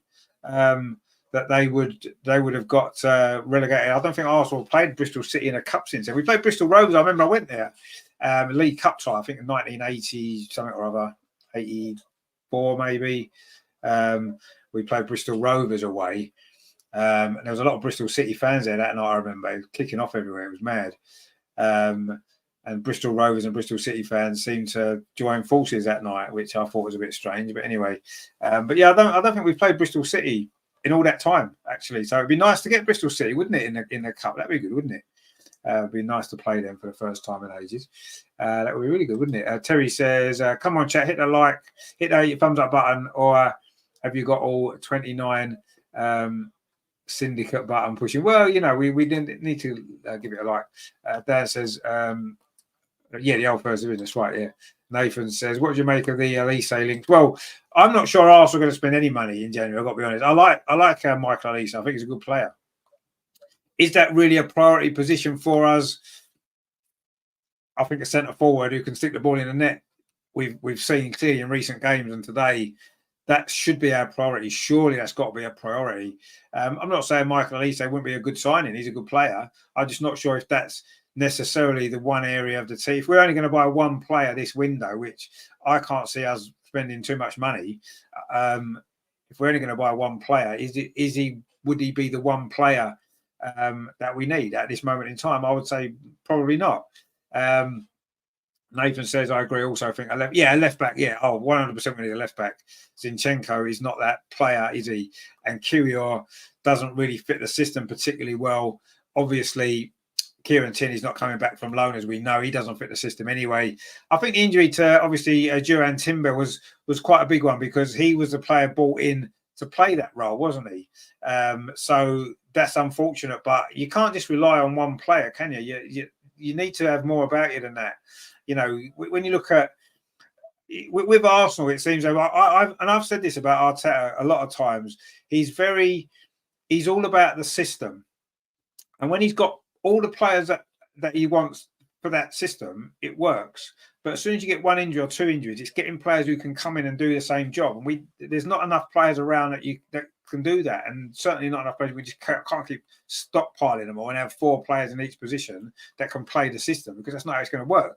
So I don't know. I do think that's holding us back, and it's quite restricting, I think, in the way that we play. And the signings that we can make. So many signings haven't worked because for whatever reason they don't fit that system. You know, especially that left back is one position, isn't it, that really, really needs to be that player needs to be a very specific player that can play that role. And other players that we've got in, Nuno Tavares, of course, was another one. Nuno Tavares, Kieran Tierney are very sort of more traditional fullbacks, aren't they? And that's not what Arteta wants how he wants his fullbacks to play. So yeah, that is an issue. Obviously, that position. Obviously, we need a striker who can stick the ball in the net. That is a position that we need to look at as well. And we do need cover in lots of other places as well. Terry says, I think we need about 7 players. Well, I think overall we do in terms of the squad. For the squad depth, we definitely do. You look at our bench for a lot of games this season, and you think, are we quite there in terms of depth that we need? I've been saying most of the season we only ever seem to be 2 injuries away from being in a lot of problems in terms of struggling just from 2 injuries. If Saliba was injured, Gabriel. Imagine if Saliba and Gabriel were injured at the same time, we'd be in big trouble, wouldn't we? So we need cover at centre back. So yeah, we've got a few issues, but anyway, we'll worry about that after this game, because there's a couple of weeks without a game if there's no replay. So I'm sure that if we're going to sign anyone, we're going to make some signings in these next couple of weeks. Well, we've only got a month to do it anyway, haven't we? And Nathan says that need a left back that understands when to invert and when to just actually defend. Yeah, but that's down to the system as much as anything, isn't it? I think. Nathan says, and be able to actually defend. Well, yeah, obviously. Phil says, come on, Arsenal, indeed. Come on, let's get this game won. We want to have a good run in the FA Cup. We've got a throw very early on in this second half. Kai Havertz plays it back to Reece Nelson. And Arsenal trying to come forward very early on this near side. Arsenal now attacking the goal to our left, which is the North Bank, of course, at the Emirates, where the North Bank used to always be the end where it scored the most goals. I'm not sure if that's quite the case anymore. I haven't actually worked the stats out. I'm sure last season we actually scored more at the clock end than we did at the North Bank, actually, over the course of the season. It may well be the case this season as well, because if you remember the game against Lons at the Emirates, we scored 5 at the clock end, didn't we? We won 6-0. We scored 5 of them in the first half at the clock end. So that's probably slightly in front, maybe. We've maybe done better in the first half of games at home in terms of scoring this season. And generally, we're attacking the clock end in the first half, aren't we? Terry says 650 million and still at least 7 players short. Yeah, I mean, exactly. And one of the reasons for that is because what Arteta's had to do is he's had to replace players that he's brought in that haven't worked out. So it's almost like 2 rebuilds in 4 years, which is a lot, isn't it? And probably unnecessary. If we've got the right players in the first place, what he's tended to have done is, and I've noticed it a few times in a few different positions, it's like he's almost got like a stopgap player. He did it with the goalkeeping position. He wanted David Raya. He couldn't get David Raya. So he got Ramsdale almost as though Ramsdale was like a temporary fix, and I'll get Raya when I can, and that's kind of what he's done. And I think maybe the same with Nuno Tavares, for example. Maybe you couldn't get Zinchenko, then you got Nuno Tavares as a temporary player. And so we've wasted money that we didn't need to waste. Sambi Lokonga, I still don't quite know what he was bought for. Fabio Vieira, again, a player that's not really worked out. And there's been so many. If you work out all the money that we spent on players that haven't worked,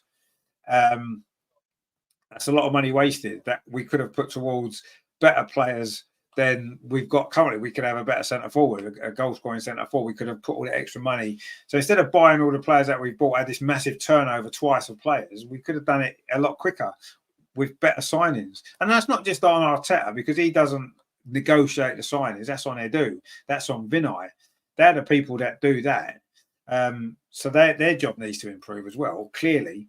But yeah, it's taken a lot longer than it needs to be taken. Well, it's taking a lot. It hasn't taken it. It's not finished yet. It's taken a lot longer than it needed to take for those reasons. I think that we've just wasted money on players that didn't work out. And I know you can't guarantee any signing is going to work.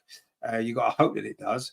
But yeah, the amount that haven't worked, seems too many to me. But anyway, there's nothing we can do about that now. Anyway, Liverpool coming forward. In fact, they're not coming forward because there was a foul there on Reece Nelson. Was that Cody Gakpo with that foul? And it is a free kick to Arsenal. Liverpool thought they were going to be in there, but not quite. Arsenal now in possession. Ben White goes long over the top, over on that far side. It's a run on for Bukayo Saka inside the box. Bukayo Saka's got past Joe Gomez. Bukayo Saka's shot hits Joe Gomez and runs into the arms of the goalkeeper, Alisson. Again, maybe Bukayo Saka didn't maybe shoot early enough there. There's a long ball over the top. He may well have been offside, actually. But anyway, he ran through there. Saka could hit it there and he didn't. And then by the time he managed to hit the shot, Gomez has got back at him. We just maybe need to shoot earlier. Anyway, now Liverpool coming forward over on that far side. They're looking to try and get a goal here. Phil says another chance gone begging. Liverpool with a shot from distance there. It's gone over the top. No danger there. That was Joe Gomez. I don't think he's ever scored for Liverpool, has he, Joe Gomez? And he had a shot there. He had one at the Anfield as well against us, didn't he? But that was always rising. That was no danger at all there to Aaron Ramsdale. We've played nearly 5 minutes of the second half. It's still 0-0. And you have to say it's still Arsenal with the creating all the chances. So let's see if we can get the goal. But the finishing's not been great. And that, as I say, it's been a recurring theme for this team in, well, pretty much this whole season, but certainly in more recent games in particular. It's really come to the surface, hasn't it?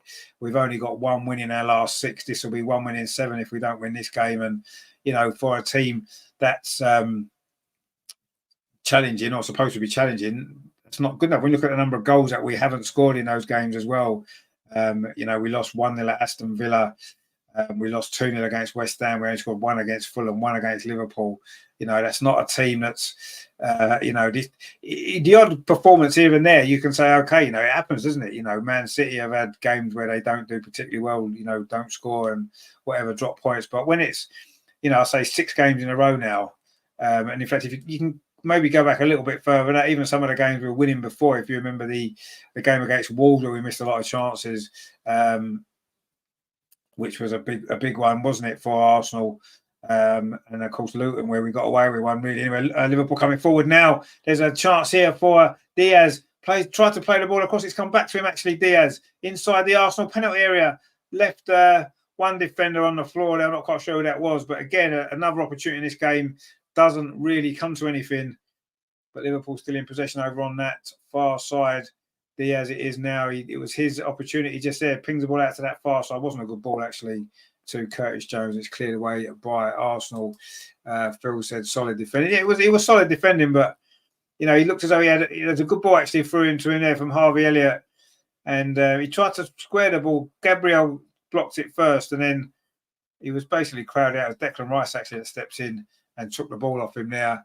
Nathan says Isaac would be a good signing. He would. I'm not sure if we'd be able to get him. I think that the cost of that one would be, they're looking at 100 million for Ivan Toney. You imagine what Newcastle would try and get for Isaac. It'd be a lot, wouldn't it? Anyway, Liverpool coming forward again with Diaz on this near side. Inside the Arsenal penalty, plays across towards that far post. It is Darwin Núñez trying to wriggle away for a shot. He's still got the ball. He managed to get it out to the far side.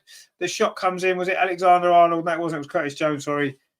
And that's gone over the top of the crossbar. Suddenly Liverpool looking a little bit more threatening in the early part of this second half. We kind of assumed they would be. They would probably be a little bit more threatening in this second half. And that was Diaz's cross there. Found Darwin Núñez. He was trying to make room for a shot. He couldn't manage to get the shot away. And then Curtis Jones has scooped it over the crossbar. And another Liverpool attack comes to nothing as well. That's a good spell for them, actually. And now Arsenal coming forward over on that far side. Ball played into midfield, touched off to Martin Odegaard. But again, he's lost the ball. He's trying to win it back.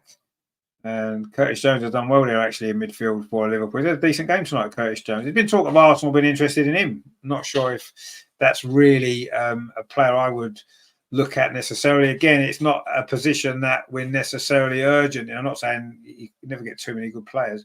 But that's a ball pinged out to that far side. Darwin Núñez now over on that far, so going to have a run at Ben White. He's inside the penalty. Darwin Núñez cuts inside, tries a shot. Oh, it's just across the face of the goal. Terry says Liverpool getting closer and closer. Yes, they are. This is their best spell. They did this at Anfield, didn't they? They had a good spell at the start of the second half, and we were having to dig in. And we're having to dig in here as well at the start of the second half here. And says, I'm back. Good to see you again. Hope you're doing well.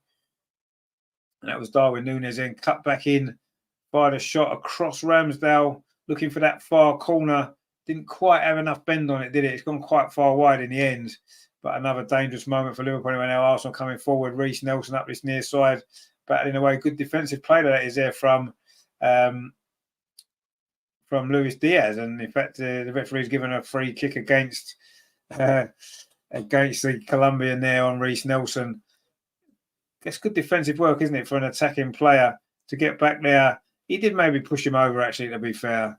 It is going to be a free kick to Arsenal on this near side, the left-hand side, in front of the North Bank. Arsenal 0, Liverpool 0 in this FA Cup third round tie. Not a lot to choose between the teams now. This is certainly in the balance. This tie could go either way, couldn't it? You have to say, difficult to pick a winner at this stage. Liverpool have just had a good spell at the start of the second half. And now Arsenal looking to come back. It's going to be Reece Nelson with this free kick. Again, it's like a corner, isn't it? It's that far up the pitch and that far in the corner. It's about 10 yards in from the touchline. It's going to be Reece Nelson on this near side. Arsenal's left to drill it in towards the near post. Liverpool clear away. Wasn't a great free kick again, actually. Didn't even beat the first man. Declan Rice now lofts one over the top. It's deflected. And Liverpool managed to get it away. Declan Rice steps in again. And now Liverpool again looking for a counter-attack. That's good defensive play there by Ben White inside the centre circle. But Liverpool have now won the ball back. They're having a good spell, Liverpool. They're coming forward again over on the far side. Darwin Núñez again goes past Ben White. Does he? No, he doesn't. That's a great challenge on him by Ben White, actually. It looked like Darwin Núñez was going to be in. And again, Liverpool are winning the ball back high up the pitch. It's a good spell from Liverpool. You have to say, oh, mistake at the back from Arsenal. Darwin Núñez inside the box. Are Liverpool going to get the goal? No, they're not, because the shot comes in. Again, it hits Ben White. But it's Liverpool again. They're coming forward. It's relentless Liverpool attack at the moment. Curtis Jones over on that far side plays it back. And now it's with Konate. Now it's with Kwanzai. Phil says, letting some fouls go here. I mean, I think they're just strong challenges, aren't they? I think from both teams. And, you don't want to see a free kick given every single time there's a challenge. Do you know what I mean? I think some of them were just, they're just full-blooded challenges trying to win the ball. And I kind of like that. They've just given a free kick for that one, though. McAllister on Jorginho. And it's going to be a free kick to Arsenal this time. I think that one was a little bit late there from McAllister. Yeah, it was. Yeah, it was very late, actually. But yeah, just before then, it was a good... Oh, it was actually Gabriel with William Saliba with a tackle. There you go. Look at that. A brilliant piece of defending from William Saliba, who's now gone forward for this free kick. And that was an important tackle as well, actually, because Darwin Núñez could have been in there. Mark C says, come on, fellas, indeed, come on. This is a free kick. We did score from a similar position at Anfield, didn't we? Martin Odegaard's free kick was headed in by Gabriel. Very similar position to where this free kick is for Arsenal. Are we going to repeat the trick again? Martin Odegaard, no, he plays one down the line. Kai Havertz inside the box. Kai Havertz, can he pull it back? He does pull it back. Header cut shot comes in from Bukayo Saka's hooked it over the crossbar. Mark C says there, great free kick routine, but another lame finish. Phil says, how did we not score? Yeah, it was a very, very clever free kick. We've been moaning about the free kick, but that was really good, actually. Really clever idea. Played down the outside. It was Kai Havertz there, pulled it back, and Saka there. Oh, it was just behind him a little bit, wasn't it? It was just behind him, and he couldn't quite adjust his feet quickly enough. That was good play by Kai Havertz. In fact, was it Gabriel coming in and missed the header? Actually, first of all, that was a big chance. It was. And then Saka was always leaning back, and he's put it over the crossbar. Wow, there's been some misses in this game. Mark C says, Jota the diver is on. He's coming on now, yeah, and Gravenbach as well. And it is Cody Gakpo going off for Liverpool. Didn't have much impact in this game, did he? The Dutchman, and it is going to be Jota coming on. Diogo Jota, who scores against us quite regularly. And Alex McAllister's going off. He's been injured, to be fair. He thought he played well today. He's going off for Gravenbach, who's coming on. Another Dutchman in that midfield for Liverpool. And that is the two changes there that Liverpool have made. And Jota does love scoring against Arsenal, doesn't he? So we're going to have to watch him. He did it in his Wolves days. He's done it in his Liverpool days. I don't know how many goals he's got against Arsenal, but it'll be quite a few. I can remember 4 or 5 he scored against us in his career. So McAllister and Gakpo are off. Gravenbach and Jota are on for Liverpool. So they've made their substitutions here. 59 minutes played. And already they've made some changes. Arsenal still haven't done as yet. So we'll see what is coming for Arsenal from the bench, but nobody has yet. It's a throw to Arsenal on the far side. Ben White is going to take this, throws it forward up the line, looking for Kai Havertz. Arsenal get possession again, Ben White, and it's another throw. That one's gone off Gravenbach, who just come on, the Liverpool substitute, Ryan Gravenbach. It's a throw now to Arsenal. Ben White over on that far side plays it in to Reece Nelson, touches it off to Jorginho. Now it's with Gabriel. Threads the ball forward again for Reece Nelson. He's gone past 1 or 2 challenges there. Kept the ball well. Now he finds Kiwior on his near side. And that's Gabriel back to William Saliba. Arsenal have been forced backwards, but we've kept possession just about inside the centre circle. Kai Havertz plays up his near side to Kiwior. Now it's Reece Nelson. Havertz has gone ahead of him. Havertz has now got the ball. Can he get across in? He can. It's deflected. Oh, Alisson had to get a touch on it. Saka at the far post. Another poor decision from Saka there. Needed to pull that ball back. The deflection almost caught out Alisson there, actually, in goal for Liverpool. It looks like Arsenal are going to make a substitution in a moment. We'll have to see who that is. Will Rally Sports says, oh my God, we could have got 8 goals today. What is going on? Well, what's going on is we can't stick the ball in the net. That's what's going on. Reece Nelson did well there. Kai Havertz, good cross. The deflection, it almost caused Alisson problems. I don't know what Saka was thinking there. Complete miskick from him. He's been poor today again. Mark C says, what is wrong with Saka's touch today? Has he put the wrong boots on? Well, he's been poor today. I thought he's been poor for a few games. Let's be honest. This isn't just today. It's been for a few games now, isn't it? That he's not been great. Bukayo Saka. Anyway, Arsenal coming forward again. That's played into Kai Havertz. That's a good tackle on him there, though, by Konate. He's going to be a throw to Arsenal. The game's really opened up now, isn't it? There's been chances at both ends. Arsenal just get a little bit of momentum again. We've played 61 minutes. And Arsenal still in possession over on that far side, but Liverpool have now won the ball. And Arsenal picked it back up again. Kai Havertz just on the edge of the penalty. And Martin Odegaard threads it in to Bukayo Saka inside the box. It's back with Martin Odegaard. Can he get the ball in from the touchline? It's gone behind. It is going to be a goal kick. And that is the end of another Arsenal attack.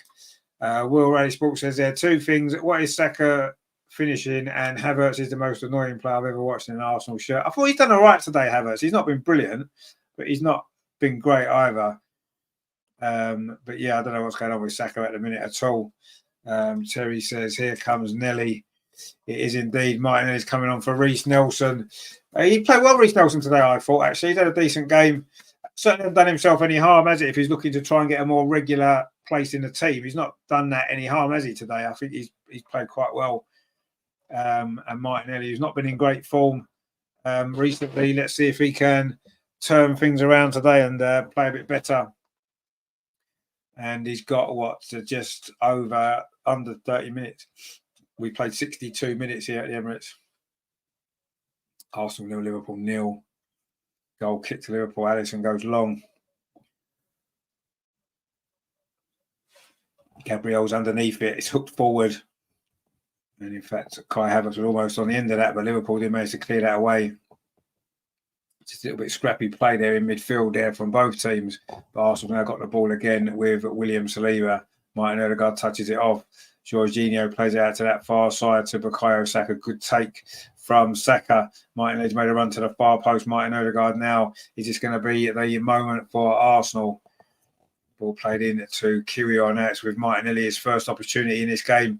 Gets past a couple of challenges there, but it was Harvey Elliott came across and won the ball. And now Liverpool looking to come forward. Jota there was blocked off, it seemed, by Gabriel. And the ball's run all the way through to goalkeeper Aaron Ramsdale. Will Rally Sports says there, Reece Nelson's a good player, done okay. Martinelli will just run at Liverpool defence. Hope we get a goal to cheer me up. I've got flu. Oh, have you feel better, my friend? Hope you feel better soon. That was a shot there, a comfortable shot from distance from Harvey Elliott, and a comfortable save from Aaron Ramsdale. Not had too much to do with that, has he, the Arsenal goalkeeper? Liverpool haven't found too many shots on target. Alexander-Arnold pings that ball over on that far side, looking for Darwin Núñez, but he won't get there. Overhit that pass. Will Rally Sports says there, how good is Saliba, one of the best defenders in the Premier League? Unless you're an Arsenal fan, you won't think. No, he's brilliant, Saliba. Yeah, he's absolutely brilliant. It's at the other end of the pitch where problems have been today, hasn't it? Sticking that ball in the net. We've had the chances. We should be ahead in this game, but we are not. And there is still, 26 minutes to play. Liverpool have had one or two better moments in this second half than they did in the first half. Arsenal still been the better team overall, should be in front, but if you don't take your chances. Canate now on this near side plays the ball back to goalkeeper Alisson. Plays it into midfield, gets it back again. Alisson, is he going to go long with this one? No, he's not. He just goes short to Curtis Jones, and now Liverpool trying to play it out from the back. Jota plays it up that far side. This is nice play from Liverpool. Jota now, he's done well under pressure there, and in fact he's fouled, and the referee gets out his yellow card. This is going to be for William Saliba, and I think that's the first yellow card of the game, isn't it? That I'm aware of. Anyway, there was bits I missed in that first half, but he did pull him back there, William Saliba. Terry says, think yourself lucky, mate. I ain't man flu. He ain't man flu. Well, you may well be man flu. Will Ray Sports says, I can't believe it's 0-0. Should have been 5-1 to Arsenal. Trent hit the bar. Thank God he didn't score. Yeah, he did. Yeah, that's been Liverpool's best chance. They've not had too many, but it only takes one, doesn't it? And suddenly the game's different. Gravenbach now coming forward over on that far side for Liverpool, the substitute. Well, that's a good ball through. They're actually looking for the run of Joe Gomez, but it was well read by Ben White. And now Liverpool are back in possession with Luis Diaz finds Canate. This game could still go either way for all Arsenal's possession, all Arsenal's chances. It is still 0-0 and Liverpool coming forward. They have got some quality in that final third, haven't they? You can still see them causing us some problems. Martinelli now coming forward for Arsenal on this near side on the counter-attack. 66 minutes played. Gabriel Martinelli goes around the outside. Can he get across in? He does get across in. There's nobody there. And Joe Gomez can clear that away, not very far, to Bukayo Saka. Declan Rice now plays it to the edge of the box. Jorginho chips it forward to Bukayo Saka again inside the area, but again, that cross doesn't find an Arsenal player. And it's scooped away by Liverpool only as far as William Saliba. Now it's with Declan Rice. Can't see the numbers on the Arsenal shirts at all, which is really difficult. Luckily, the players are quite familiar, aren't they? Declan Rice now in possession for Arsenal. Plays the ball back to William Saliba. And he just touches it off. The possession is still, 52-48. It was 53-47 in the first half. So it's pretty much the same, isn't it, as it was. And the chances are as well, Arsenal 15 to Liverpool 7. Anyway, Arsenal now still in possession. Declan Rice looking for some movement ahead of him, didn't find it. Instead, William Saliba switches the play to this near side. Gabriel Martinelli in possession now, is having a run at that Liverpool defence. Goes round the outside of Trent. He's inside the box. Martinelli, the cross again was blocked by Canate. Good play that from Martinelli, but again, it's the final ball is missing for Arsenal. And Luis Diaz now is battling away for the ball. And in fact, he has conceded a free kick against Gabriel. Arsenal taking it, sorry, it's a throw, taking it quickly. Jorginho finds Martinelli again. Again, he's gone past the challenge. Martinelli again tried to drill across it. Again, Canate's there. It's a corner to Arsenal. Mark C says there, Martinelli playing with some fire in his belly. Yeah, well, he's annoyed he was on the bench. Terry says, Will Reddy says Martinelli's so good at dribbling. He is indeed. He is good at dribbling. There's no doubt about that. They put a stat on for the most goals from set pieces in the Premier League. Well, it's not a Premier League game, is it? So it's irrelevant. It's an FA Cup game. We haven't scored any from set pieces in the FA Cup for 2 seasons or maybe more. Anyway, Martinelli's corner. That's a terrible corner at the near post. Will Ray Sports says there, until today, I forgot about that Dutch defender who's been injured about a year. He should be back soon. Forget his name here. Duran Timber. He won't be back soon. He's still got a while to go, but he'll be back eventually. Yes, Duran Timber is the guy you're looking at, talking about there. Yeah, he'll be back. I don't know, February, March, maybe if he's lucky. It was an ACL injury, and that's a long injury, isn't it? Anyway, we played 68 minutes. It's 22 minutes to play. Can Arsenal find a winning goal here to progress through to the 4th round and knock out one of the big teams in this season's competition? Let's see.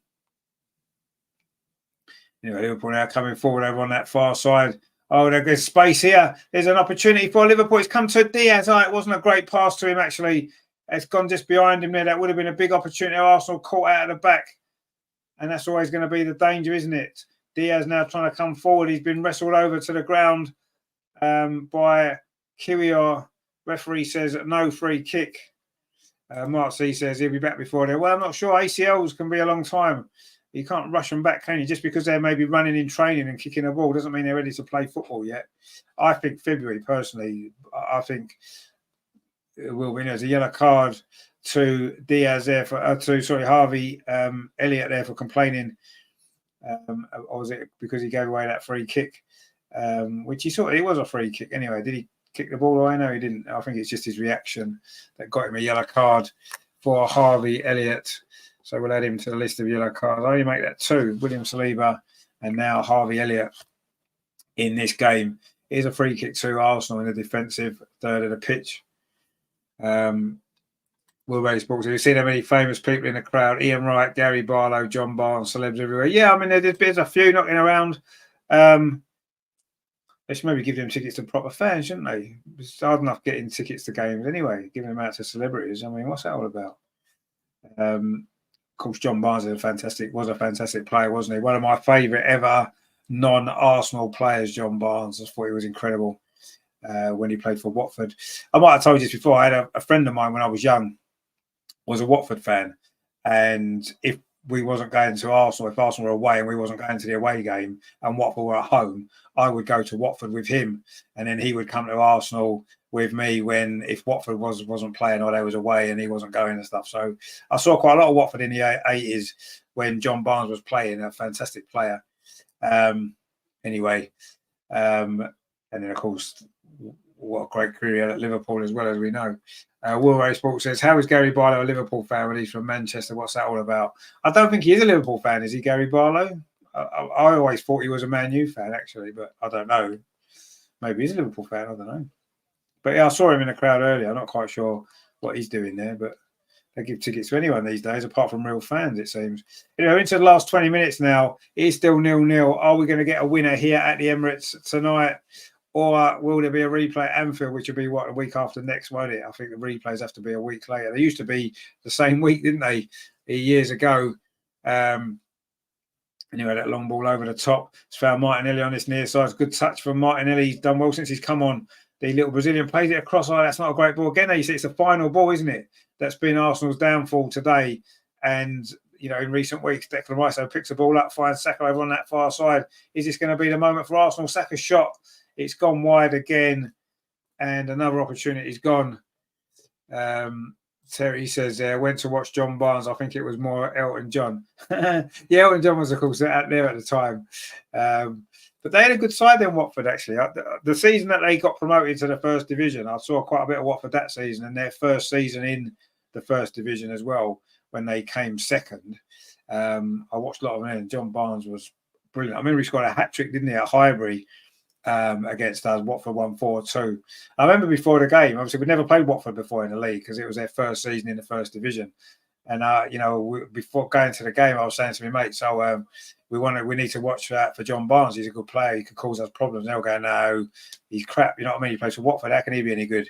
And I was like, no, he's decent. And he scored a hat-trick that day. And, yeah, everybody was aware of him after that, for sure. Mark C says, John Barnes was spotted by Bertie Mee. Was he? Of course, Bertie Mee was at Watford then, wasn't he? Yeah, you're probably right, actually. Will Rose Brooks says John Barnes was amazing free kicks and stuff. So he was just a brilliant player. He was one of the first.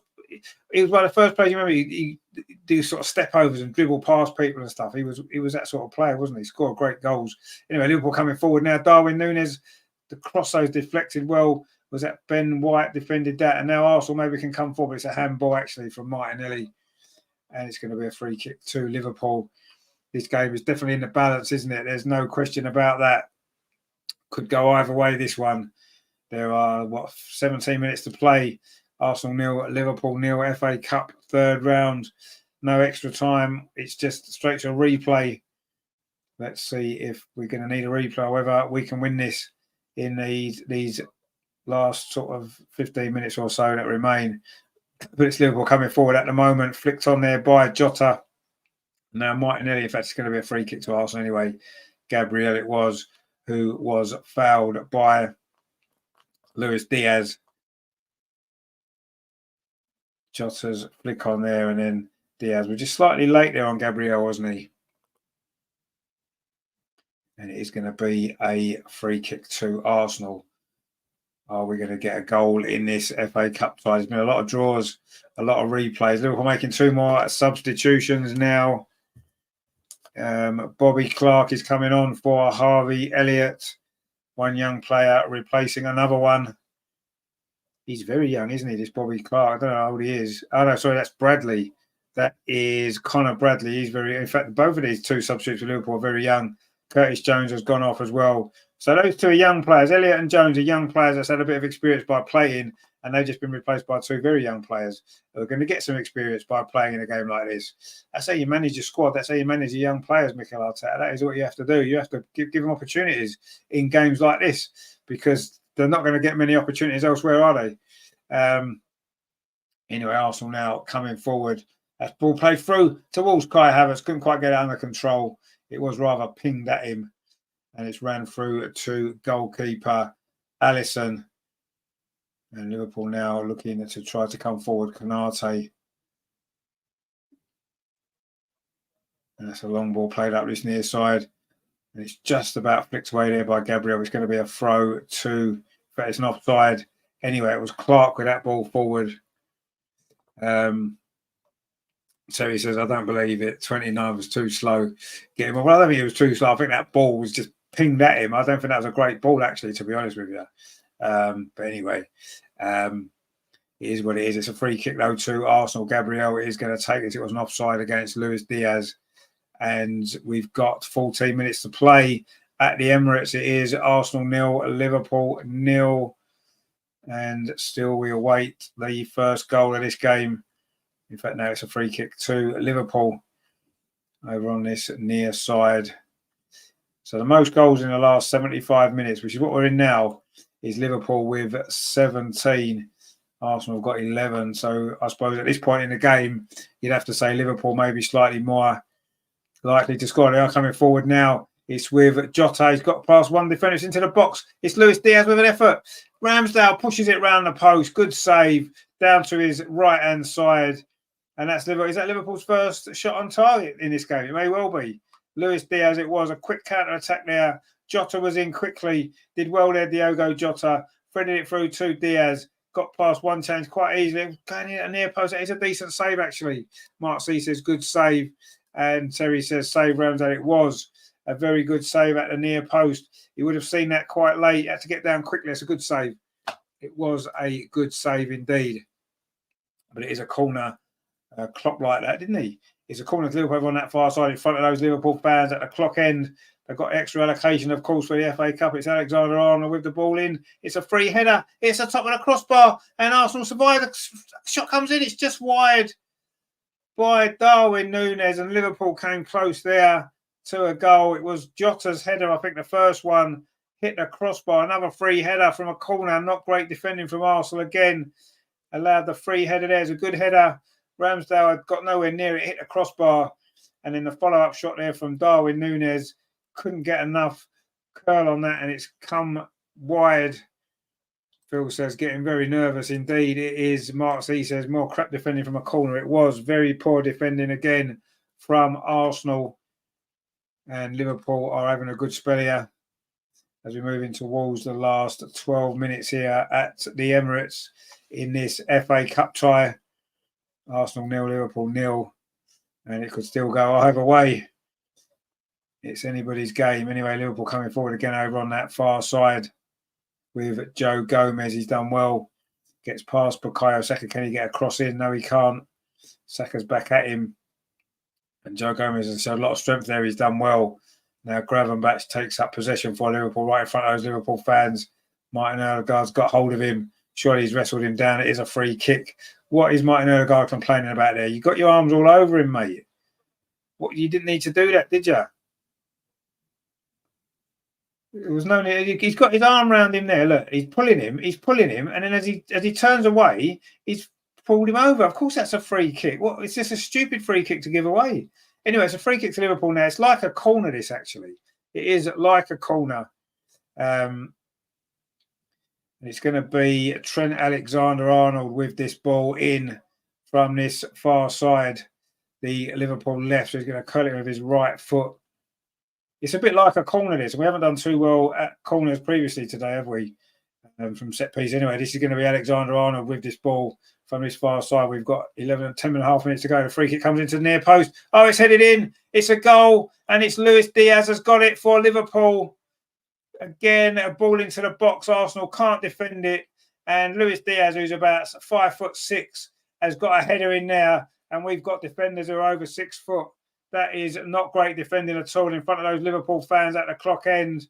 And Liverpool lead 1-0 with 10 minutes to play. And it was awful defending. All those chances that we missed have come back to haunt us. And that is what can happen. Mark C says it's an own goal. Ah, is it an own goal? Is it? Okay. Luis Diaz is away celebrating it. I assume it was him. I'm sure we'll see a replay in a minute. It was Trent Alexander-Arnold's ball in towards that near post, the edge of the 6-yard box. Oh, it is an own goal. It is an own goal. It's an Arsenal head that gets on it. Not sure who it was that headed that in, actually. Is it Kiwior? I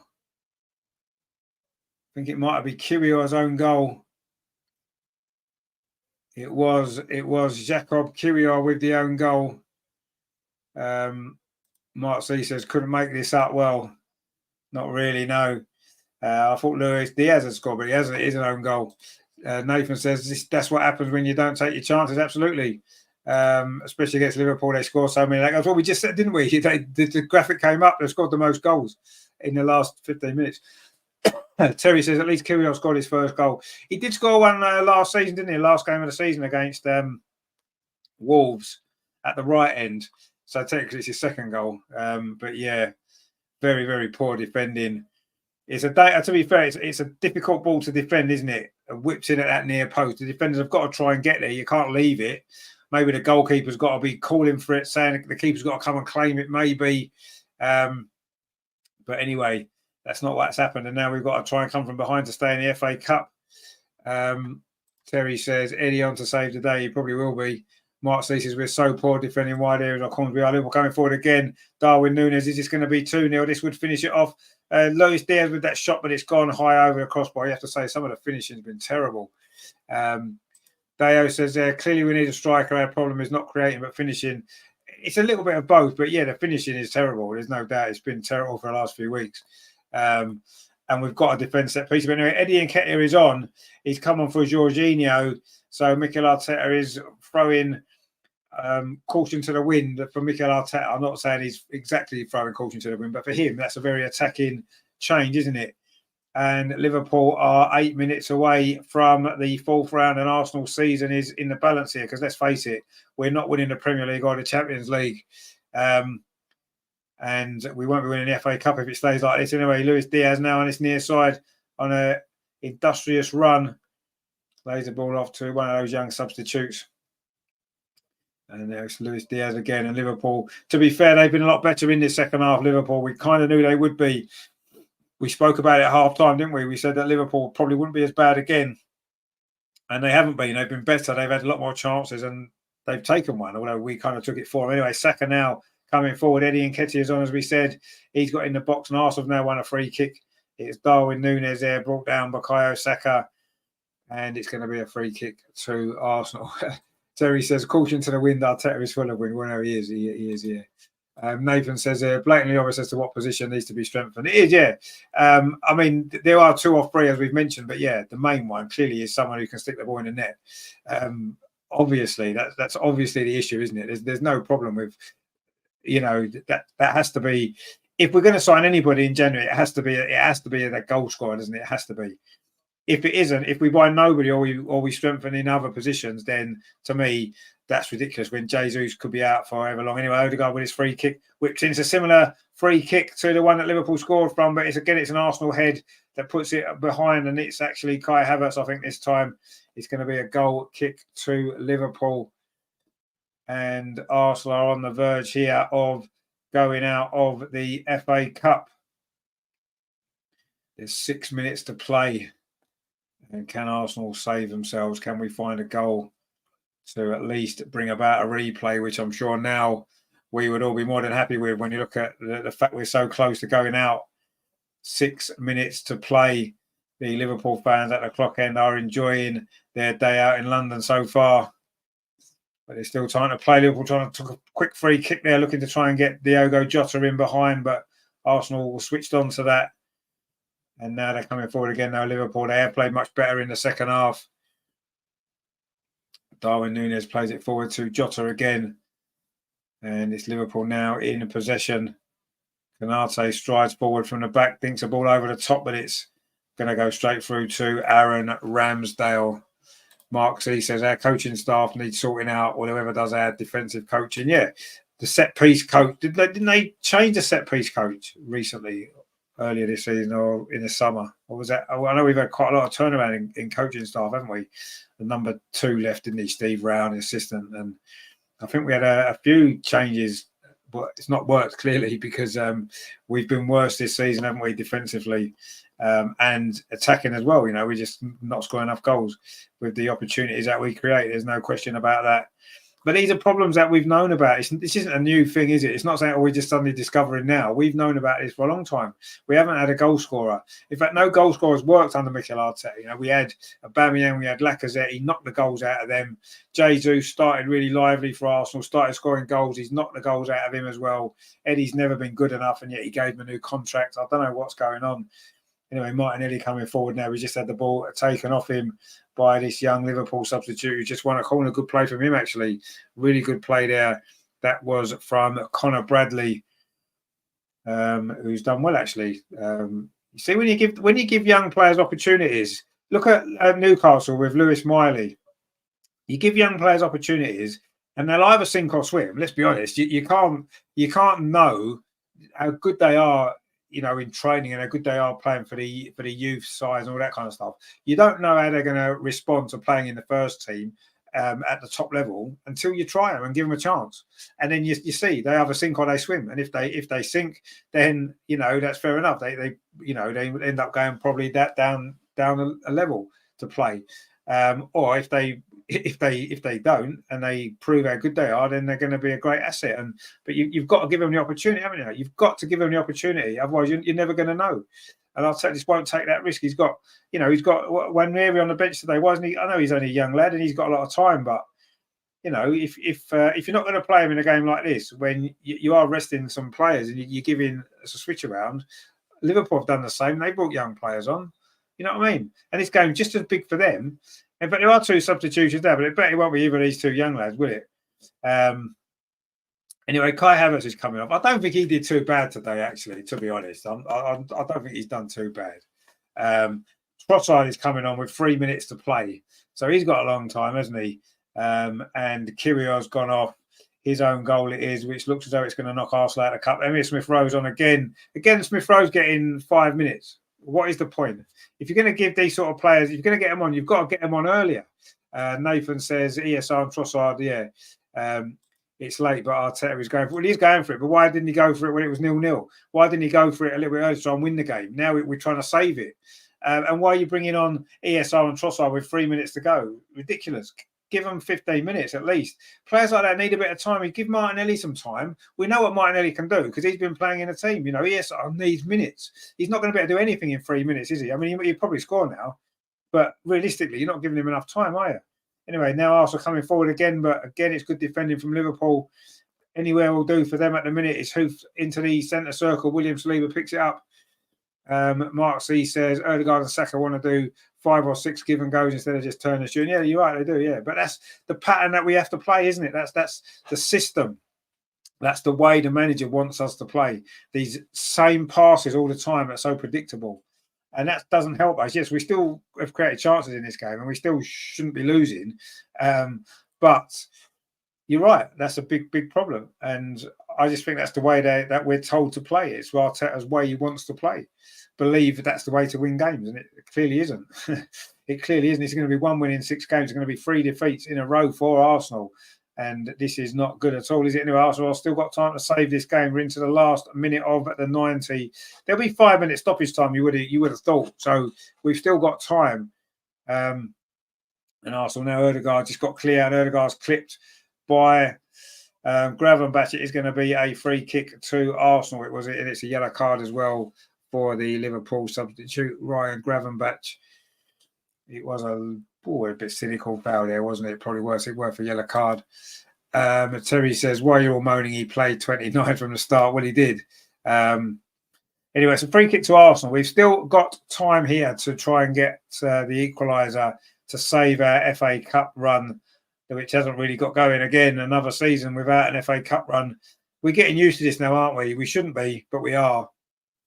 And it's going to be another season potentially of nothingness unless Martin Ødegaard can produce something here from this free kick. We've almost played the 90 minutes. Don't know how much time we're going to get. I reckon 5 minutes stoppage time. Anyway, Martin Ødegaard's free kick. It's headed behind. Oh, nearly another own goal. That was Darwin Núñez there, actually. Put it behind his own goal there for a corner, to Arsenal. Almost 2 own goals in quick succession.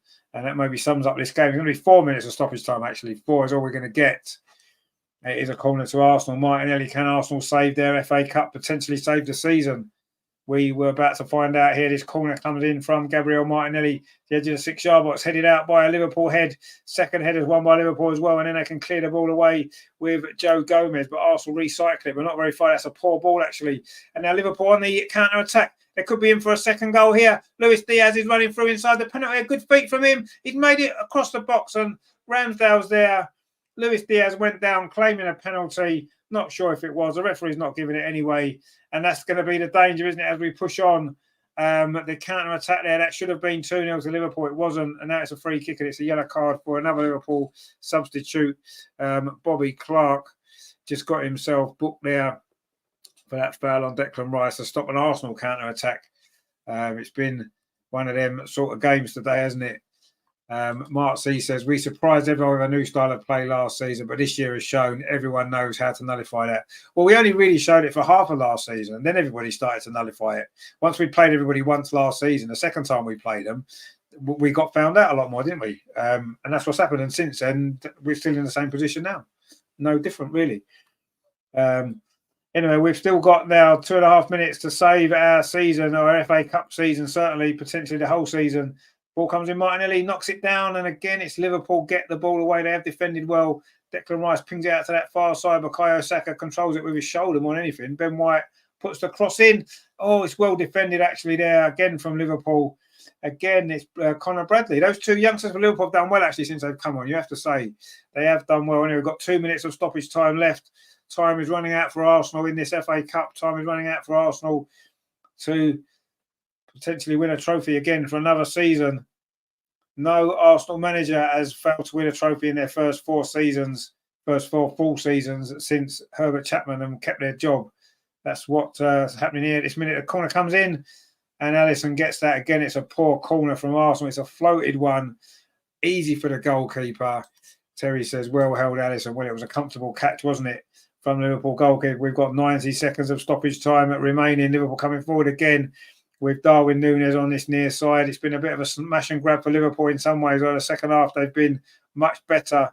In fact, they've probably had more chances in the second half than we have. And Liverpool coming forward again inside the Arsenal. Penalty ball across the box, almost 2-0, cleared away by William Saliba. Now Arsenal have got a chance of a counter-attack, but not for long. Well, actually, it's going to be a free kick now. Martin Odegaard was fouled again.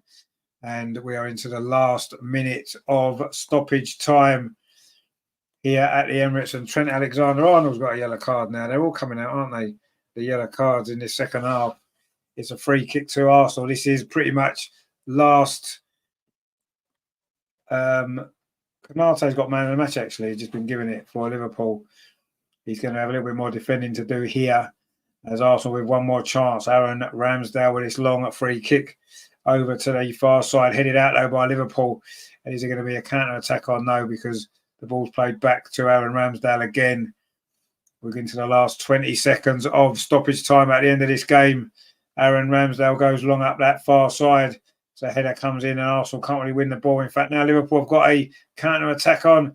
Darwin Núñez over on that far side. He's got Jota ahead of him. Suddenly it's a 4-on-3 here for Liverpool. They've got a chance to make it 2-0. Luis Diaz fires it into the top corner. That's it. It's all over. Arsenal out of the FA Cup. The season is done.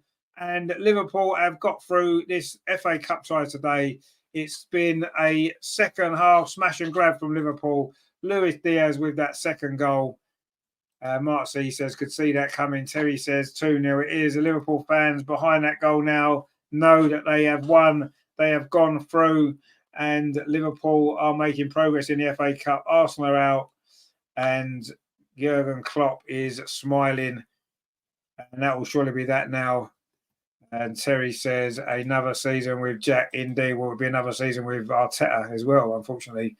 It was just a counter-attack, the free kick. The ball played it in the box. Wasn't a great ball.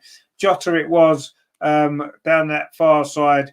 Threaded the ball through. It was awful defending from Martinelli and then smashed into the top corner by Luis Diaz. That will be the last kick of this game.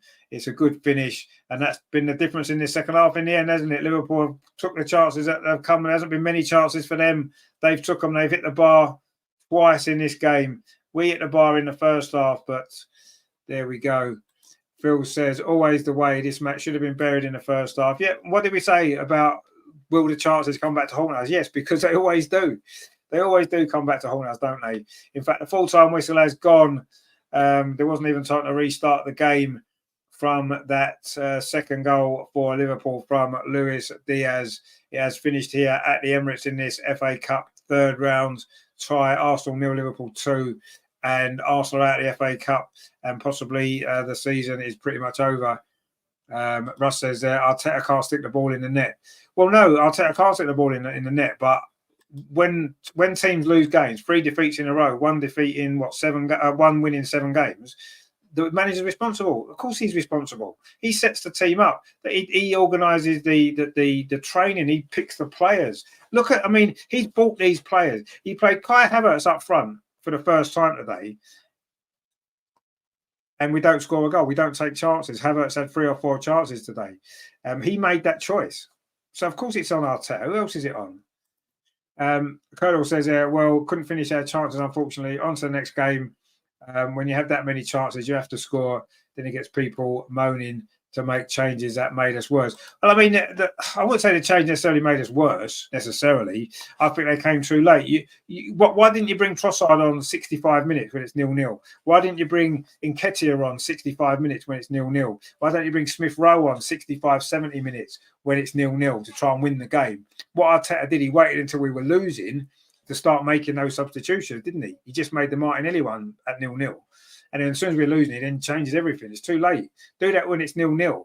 Try to impact the game. Try to win the game rather than just not lose the game, which seemed to be what he was trying to do. And you look at Liverpool today, right? And whatever you think of Arteta, whatever you think of what he's doing, what you've got to say is Liverpool made some changes today. They had to. They got players missing. He gave some young players opportunities. He brought some young players off the bench. That wasn't their first strongest team today for Liverpool at all. And yet they've come away from home at Arsenal. We were not far off full strength. Yes, a couple of players missing, but not far off full strength. They had to, they survived a few chances that we missed. But that's a good away performance. We never do that. We don't go to Liverpool and produce a performance like that away from home and win. We don't go to Man City and produce a performance like that away from home and win, do we? Especially when we've got players missing. We don't ever do that. It's not just today. We haven't done it. We haven't done. When was the last time we did that? Went away from home with a few players missing, put some young players in the team and got a win against a big team away from home. We haven't. We don't do that under this manager. We have never done it under this manager in circumstances like that. Unless we've got a full strength team, unless we've got everybody fit and available, we've got no chance of winning anything ever under this manager. And that's fact. And yes, Russ is right. Arteta's not on the pitch. He doesn't put the ball in the net. He can't put the ball in the net for the team. That's on them. Absolutely. Of course it is. You have to look at that as well. But it's not just about 1 game or 2 games or 6 games or 10 games. This is where we are currently with this team. This is what it's been building towards for a long, long time because of, I think, poor management, poor man management of individual players, poor tactical management, poor in-game management. And that is on the manager. That is on the manager. Yes, we missed chances. We could have been 3-0 up today.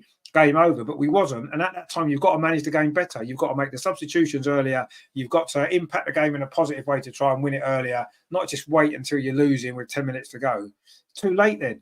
These players, ESR will need 10 minutes to get into the game. It's no good giving him 5 minutes at the end when you're 1-0 down. I think he's going to save you. He's not. And if you believe that, and if Arteta believes that as manager, then he's the problem. Yeah, that is the problem right there. Definitely. There's no doubt to me. Columbus, how you doing, my friend? Good to see you. He says, "Yeah, how you doing? Well, don't laugh at us too much, please, because we're having a tough time at the minute." Terry says, "If Arteta has any dignity, he'll jack in his BBC live interview tonight. He won't jack it in, mate. We've got him for life." Nathan says, "Don't worry. In the next phase of Arteta, I'm sure." They will start. So what next phase are we going to... How many more phases do we need? Quite honestly. 10? Another 10 phases. Mark C says, our need for a clinical striker evident again. If we'd had Henry or RVP, we'd have been 3-0 up half time. Potentially, yeah. We wouldn't even need strikers that good, would we? Some of them chances. A Giroud, a Walcott, players like that would have scored today. Some of them chances. So it's not... We don't even need players as good as Henry and RVP. They're just... They'll be luxuries on top. I'd have a Walcott or a Giroud in this team. And they would have won that game. Absolutely, we would have won that game. So it's not even that level of striker that we need, is it? It's just someone who can stick the ball in the net. Anybody that's able to do that, and we don't seem to have enough players. When the pressure's on, we can't do it. We just cannot do it. Colonel says, "I feel sorry for Emil Smith Rowe. That's it. Trossard and Eddie have been poor for last month now. I can't agree for last week. I wasted 2." DM and we looked better. You switch to 1 DM and lose control. Yeah, I mean, I feel sorry for Smith Rowe. Yes, absolutely. Why he's not getting more minutes, I do not know. Really don't. Terry says, but that's the difference between a good manager, Klopp, and a chancellor. I'd say absolutely, that is exactly it. Twelumber says, "Oh no, Arsenal." Yeah, yes, we know. Laugh at us while you can. Terry says, "Well, I was wrong. I said 2-1 Liverpool. Fancy thinking Arsenal would score." Phil says, "Getting sick of us losing. What have you done, Arteta?" Well, what he's done is slowly, over 4 years, is slowly eroding away the fun and enjoyment of this club, quite honestly. And we've been heading towards this for quite a while anyway. You know, I would say if you look on Arteta's time at Arsenal, if you take away what was to me a freak set of results in the first 19 league games last season when we got 50 points, take that out of it. If you look at all the other league games, take those 19 away, which were a freak, as we've seen before and since, were a freak set of results. We're a top 6 team under Arteta. That's all we are. We're a top 6 team. We play top 6 football. We've got a top 6 squad, and that's where we are. And, you know, we're capable. Yes, if everything goes our way, we've got everybody fit. We can win a few games of football. Absolutely. We can beat a lot of teams. We can beat some of the big teams. Man City, we beat earlier this season. But as soon as there's any issues, as soon as we've got 1 or 2 players missing, as soon as things aren't quite working, Arteta hasn't got a clue. He can't change it. He doesn't know how to. He doesn't know how to. Twelver says, still in the title race also. Well, I don't think we are. Mathematically, of course we are, but I don't think we are. Twelver says, at least you still have your UEFA Champions League to fight for. Again, we're not going to win that either. We're not going to win that. This team's not good enough. In the Champions League, in a 2-legged tie, you can't miss 4 or 5 chances and then go through. It doesn't happen in the Champions League. You get punished. You know, defensively, we're not great. And yeah, that's what happens. And today is a typical example. Liverpool are a Champions League team. They are a decent, you know, they've been in the final. They've won it in recent years. They know what it's like. This is the sort of team that will be playing in the Champions League. You know, yes, okay, Porto aren't at that level necessarily, but they're still better than a lot of Premier League teams. But this is the type of level that we're up against. You miss chances against a team like this, you lose the game. You do that in Europe, you lose the game. That's it. You know, that's the way it is. And so we're not going to win the Champions League. And as Phil says, we'll be out of that soon. We'll be out of both of them soon. Mark says, if we don't win the next 2 Premier League games, then even finishing top 4 might become a stretch. I always said this season, and people were laughing at me. People were saying, oh, what are you on about? You're too negative, blah, blah, this, that, and the other. I said at the start of this season, we are in a top 4 fight this season. That's where we're in. We're not good enough to be league champions with this squad, with this manager. We're fighting for the top 4. And this season is going to be harder than ever. You know, Tottenham have improved from last season. Look how bad they were. Look how much better they've improved. They're just a point behind us. Liverpool have improved massively from last season. We always knew last season was just a one-off blip for Liverpool. There's always going to be better this season. They've improved. Okay, Man United have dropped away. Fair enough. You know, but look at Aston Villa. Aston Villa have taken Man United's place. I say Tottenham and Liverpool have both improved. They didn't get top 4 last season. You know, it's harder than ever, isn't it? It's harder than ever. And looking at this at the moment, you've got to say we don't look good enough. Nowhere near good enough. Shane's with us. Hey, doing Shane? Good to see my friend. He says, has any player progressed under Arteta? If Porto beat us, he should be sacked straight away. Well, I don't think they have. I mean, everyone points to Saka and say, obviously, when Arteta took over, Saka was a teenager and he's developed. But I'm starting to see more and more. Would Saka not have flourished more under a different manager? Martinelli as well seems very restricted. Would he have flourished more under another manager? We don't know because this is where we are. But I agree. I can't think of one player who's really improved. Yes, Saliba's a great player. So you could say he's maybe improved under Arteta, although he was on loan before. So I don't know. I mean, Declan Rice is an elite player anyway. He's certainly not improved, has he? He's just Declan Rice. He's brilliant, but Arteta's not improved him. But I kind of agree with you. I don't think hardly anybody has progressed. In fact, if anything, a lot of players haven't progressed enough or they've gone backwards under this manager. Absolutely. Terry says, let's be honest, how many times have we got out of jail this season? 5 or 6 at least. Yeah, we have, yeah. And not even just this season, going back 2 or 3 years. Arteta's job's been saved many times, luckily, I think, on a number of occasions where we've got away with stuff. Absolutely. And obviously this season, it's happened again. Shane says, good afternoon, Shane. Happy New Year. Indeed, happy New Year, Shane. Good to see you. I say again.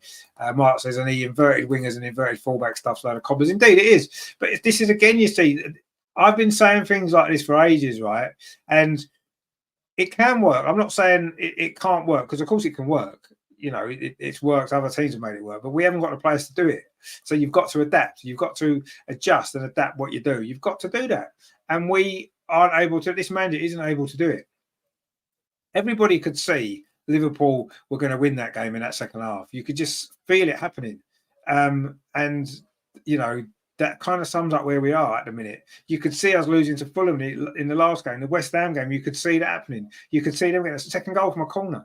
You know, you could see that happening as well. Do you know what I mean? It's not a surprise, is it? It is not a surprise. Terry says, and 29. I don't think Havertz was terrible today. Yes, he missed some chances in the game that, again, are more clinical forward finishes. But it's the first time he's played in that role for us. And I do feel as though, you know, maybe needs more time than just one game to say, can he play that role or not? He wasn't brilliant today. Of course not. He did have a few chances that he needs to do better with, not just him. But yeah, we're crying out for a centre forward. We're crying out for a goal scorer. We're crying out for someone who can stick the ball in the net. And however unlucky we may have been to that today in at times, and we were, you know, we missed a lot of chances. But sometimes missing chances isn't down to bad luck, is it?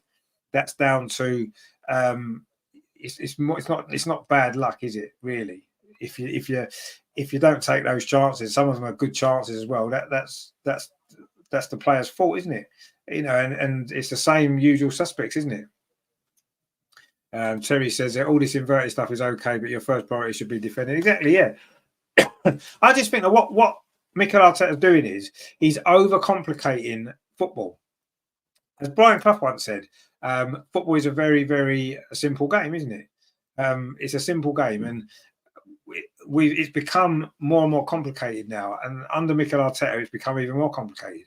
You know, you got your back four, you got your two fullbacks. They defend the wide areas. You know, when the ball's over the other side, you shuffle across, and you know you've got your midfield. If you're going to play with a midfield three, that's the modern way. That's fair enough. You know, you've got maybe one holding player, two holding players, depending on the opposition. You know, they protect your back four, so you've got a solid base there. So you shouldn't concede too many goals. There shouldn't be too much space in behind. And then what you then rely on is you rely on your attacking players to be clinical and to make the right decisions. And we're not doing any of those things. We're not solid at the back at all. We're all over the place at times. Like you said, we've got inverted fullbacks moving into midfield, which is leaving space in behind. It means that the wide forward players are having to drop in and defend, which means when we go forward, we're lacking in numbers sometimes. So many things are wrong with this system. And yeah, it could be the players are not good enough to play the system. And that's fair enough. So then what you do is you have to adapt the system to suit your players. You can't just... He thinks he's still at Man City, Arteta. Oh, well, we'll just buy 50 players until we find 15 that work. That seems to be his philosophy, because that's what Man City have done. That's what Pep's done over the years. He just bought stockpile players, tried, well, he's not going to work, we'll buy someone else. He doesn't work, we'll buy someone else. And that seems like what Arteta's trying to do. He's just trying to, you know, that's what he's trying to do. And a lot of them haven't worked, just bin them off. Players he's got end up working, we'll stick them on the bench, we'll get rid of them. We'll just buy another 5-10 players, we'll spend another 300, 400 million. That seems to be his attitude, rather than thinking, these are the players I've got to improve these players. I've got to work a way to make it work with these players. You should have done that in the first place. You should have done that with the team he inherited. You know, he had Aubameyang, a 30-goal-a-season striker. Why don't you just use him in the best way you can? You stick him in the places where he's going to score you 30 goals a season. That's what you do. You get him in those positions. You get the ball into those areas, get him in there, and he scores your goals. He did it for 2 or 3 years with us. He did it for 6-7 years in Germany before. Do you know what I mean? That wasn't an Aubameyang problem. That's an Arteta problem. You know, he's done the same with Lacazette. I know Lacazette was never a big top goal scorer, but he used to score goals. He got 15, 20 a season. And then Arteta knocked that out, and he was getting 6 or 7 a season. Phil says, right, chaps, I'm off. Yep, see you later, my friend. Good to see you again. We'll see you next week, I'm sure. Take it easy. Colonel says, I'm not panicking. I just feel we need a proper left back, maybe Tierney back, and we need a striker who can finish his dinner. Yeah, exactly, yeah. Bayern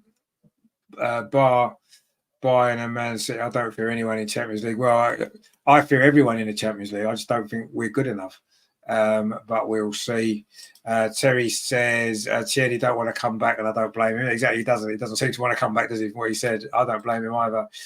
Colonel says I don't either, but we do need a left back, and I still feel Zinni in midfield would be better, but I think he's injured. See, I don't think the problem I think we've got is Zinchenko isn't good enough to play in midfield. That's probably his better position. I'm not going to disagree with you. I just don't think he's good enough to play in our midfield. Is he better than Declan Rice? No. Is he better than Jorginho? No. Is he better than Martin Odegaard? No. You know, is he better than who else who's been playing in that position? It was mainly those, isn't it? So I would say no. Obviously, he's not better than Thomas Partey, is he? So I wouldn't be playing him at all.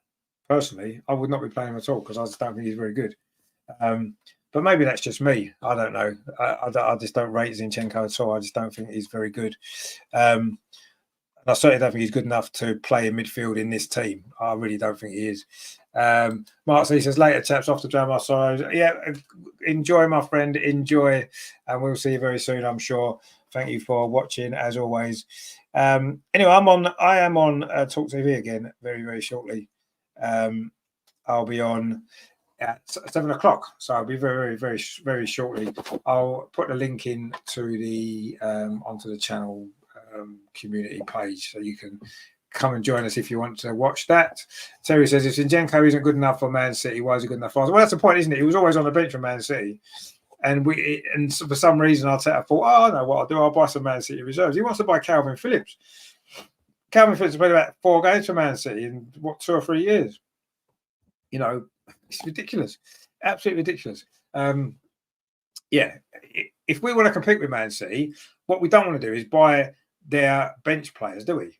That's not going to make us better than them, is it? It's going to make us, it's going to keep us not as good as them, isn't it? That's how it works, obviously. If we want to compete with Man City or Liverpool, we've got to buy players that are at least as good as what they've got, if not better. That's the point, isn't it? And that's not what we're doing. Absolutely not. But yeah, I mean, it's almost like it feels at this moment in time, and I don't like it to be that way. It just feels like every single thing that I've said over the last 2 or 3 years about this manager is what's happening. And I'm not surprised. I watch this team and I'm not surprised by what I'm seeing. And no doubt there'll be a load of people on Twitter that, oh my God, what's going on? What's wrong? Well, what's wrong is everything that we knew. Well, we've said on this channel. Terry said it. I've said it. Loads of people have said it. This was always going to be happening. It was just when was it going to happen? And it's happening now. And I'm surprised it's taken this long. If I'm totally honest, I'm surprised it even went on this long. But as I said to you before, no Arsenal manager since Herbert Chapman has failed to win a trophy in their first 4 full seasons at the club and stayed at the club after that time. In fact, there's only been 2 that have got the 4 years, which was George Swindon, who was a former Arsenal player. He got 4 seasons, didn't win anything. And Billy Wright, he had 4 seasons, didn't win anything. They both disappeared, got the sack at the end of that 4th season. And people say, well, Arteta won a trophy. Well, this will be his 4th full season. He wasn't manager at the start of that season. That wasn't his team. This is his 4th full season in a row. If you don't win something this season and he's still here next season, then that shows that this club now have not got the same standards that we had in history. The club haven't got the same standards in terms of wanting to win trophies, wanting to be at the top of the game. It would show that clearly, wouldn't it? If that's what happens, if we don't win a trophy this season, now we've only got the Premier League and the Champions League, neither of which I think are good enough. We're good enough to win. Then we're going to be in that situation, aren't we?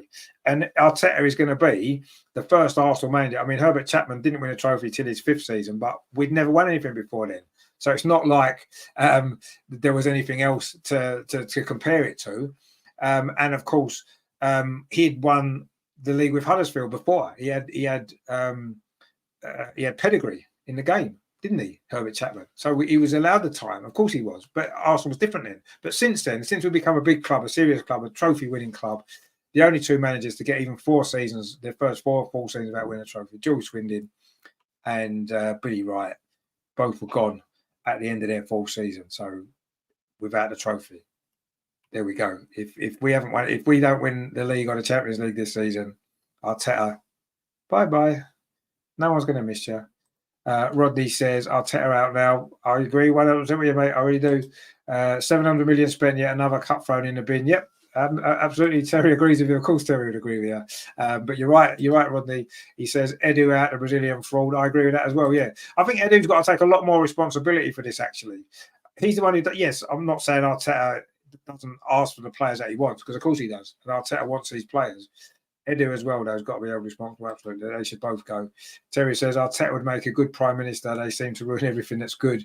Well, I don't know about that. I mean, I think, and I've said this before, and again, people have not wanted to listen or take it seriously.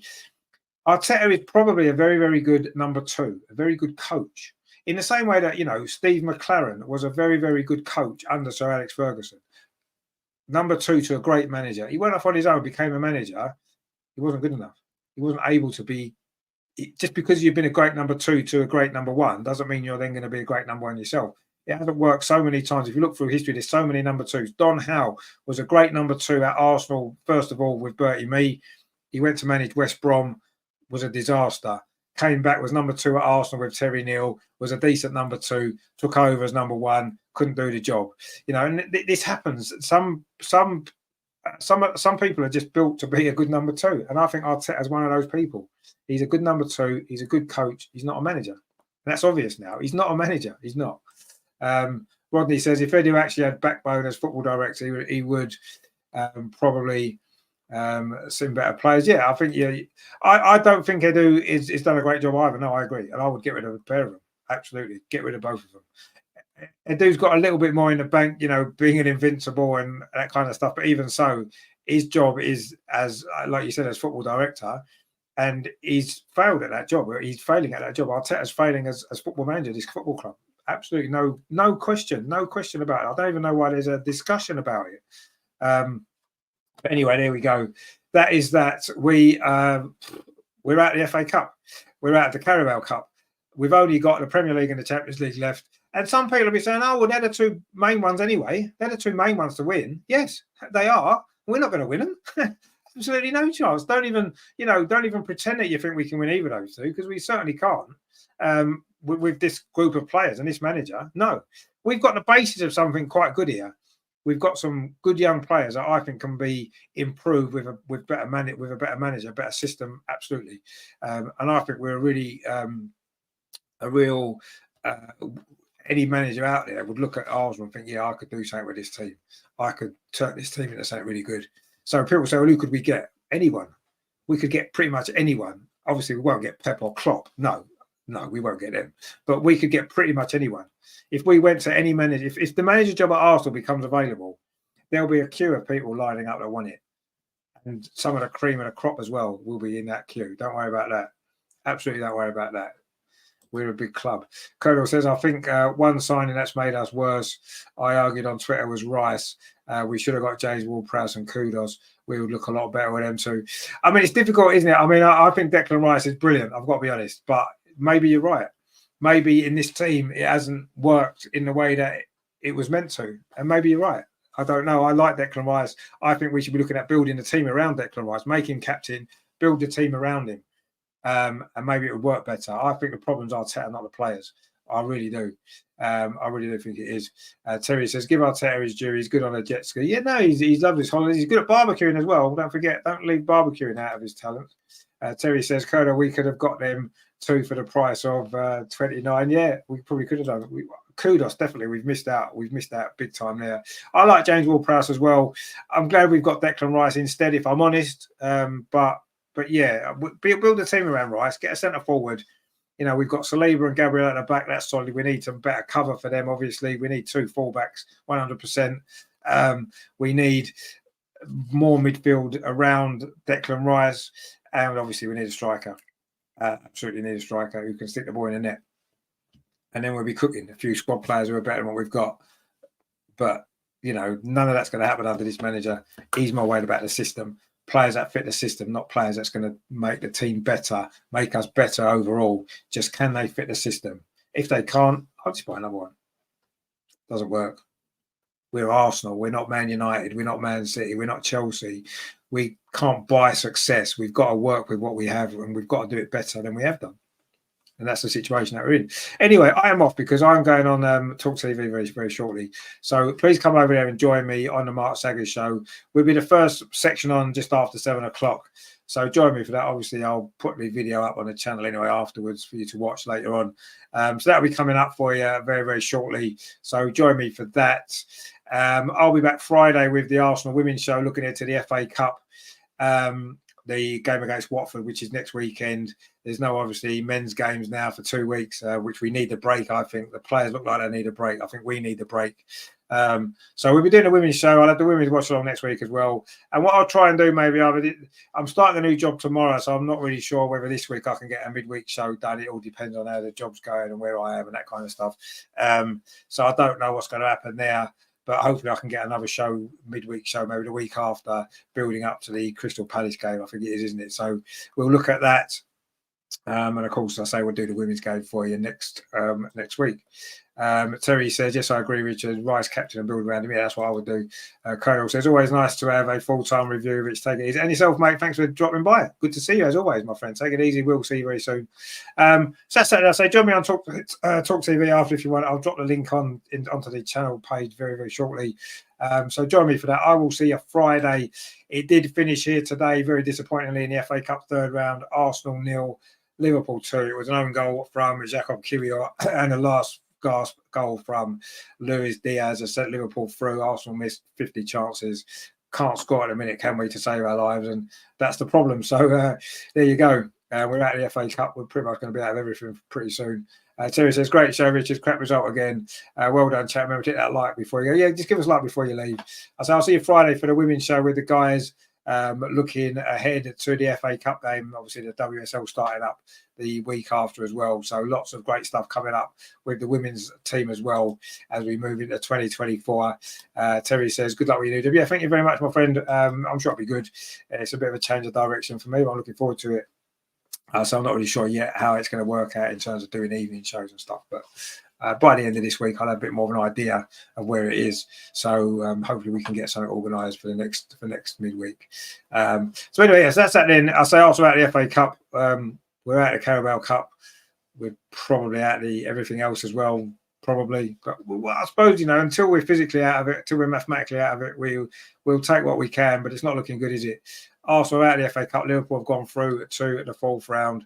Another FA Cup disappointment for Arsenal. Fourth season in a row, we've gone out very, very. I haven't got past the fourth round since 2020, since we won it. That's poor. Anyway, that's done. I will see you on Friday for the Arsenal Women's Show. Please join me for that. Please give us a like. Thanks for watching. I will see you soon, guys. Take it easy. My name is Richard. This is Over and Over and Over Again. Come on, you gunners. Don't forget, join me on Talk TV very shortly.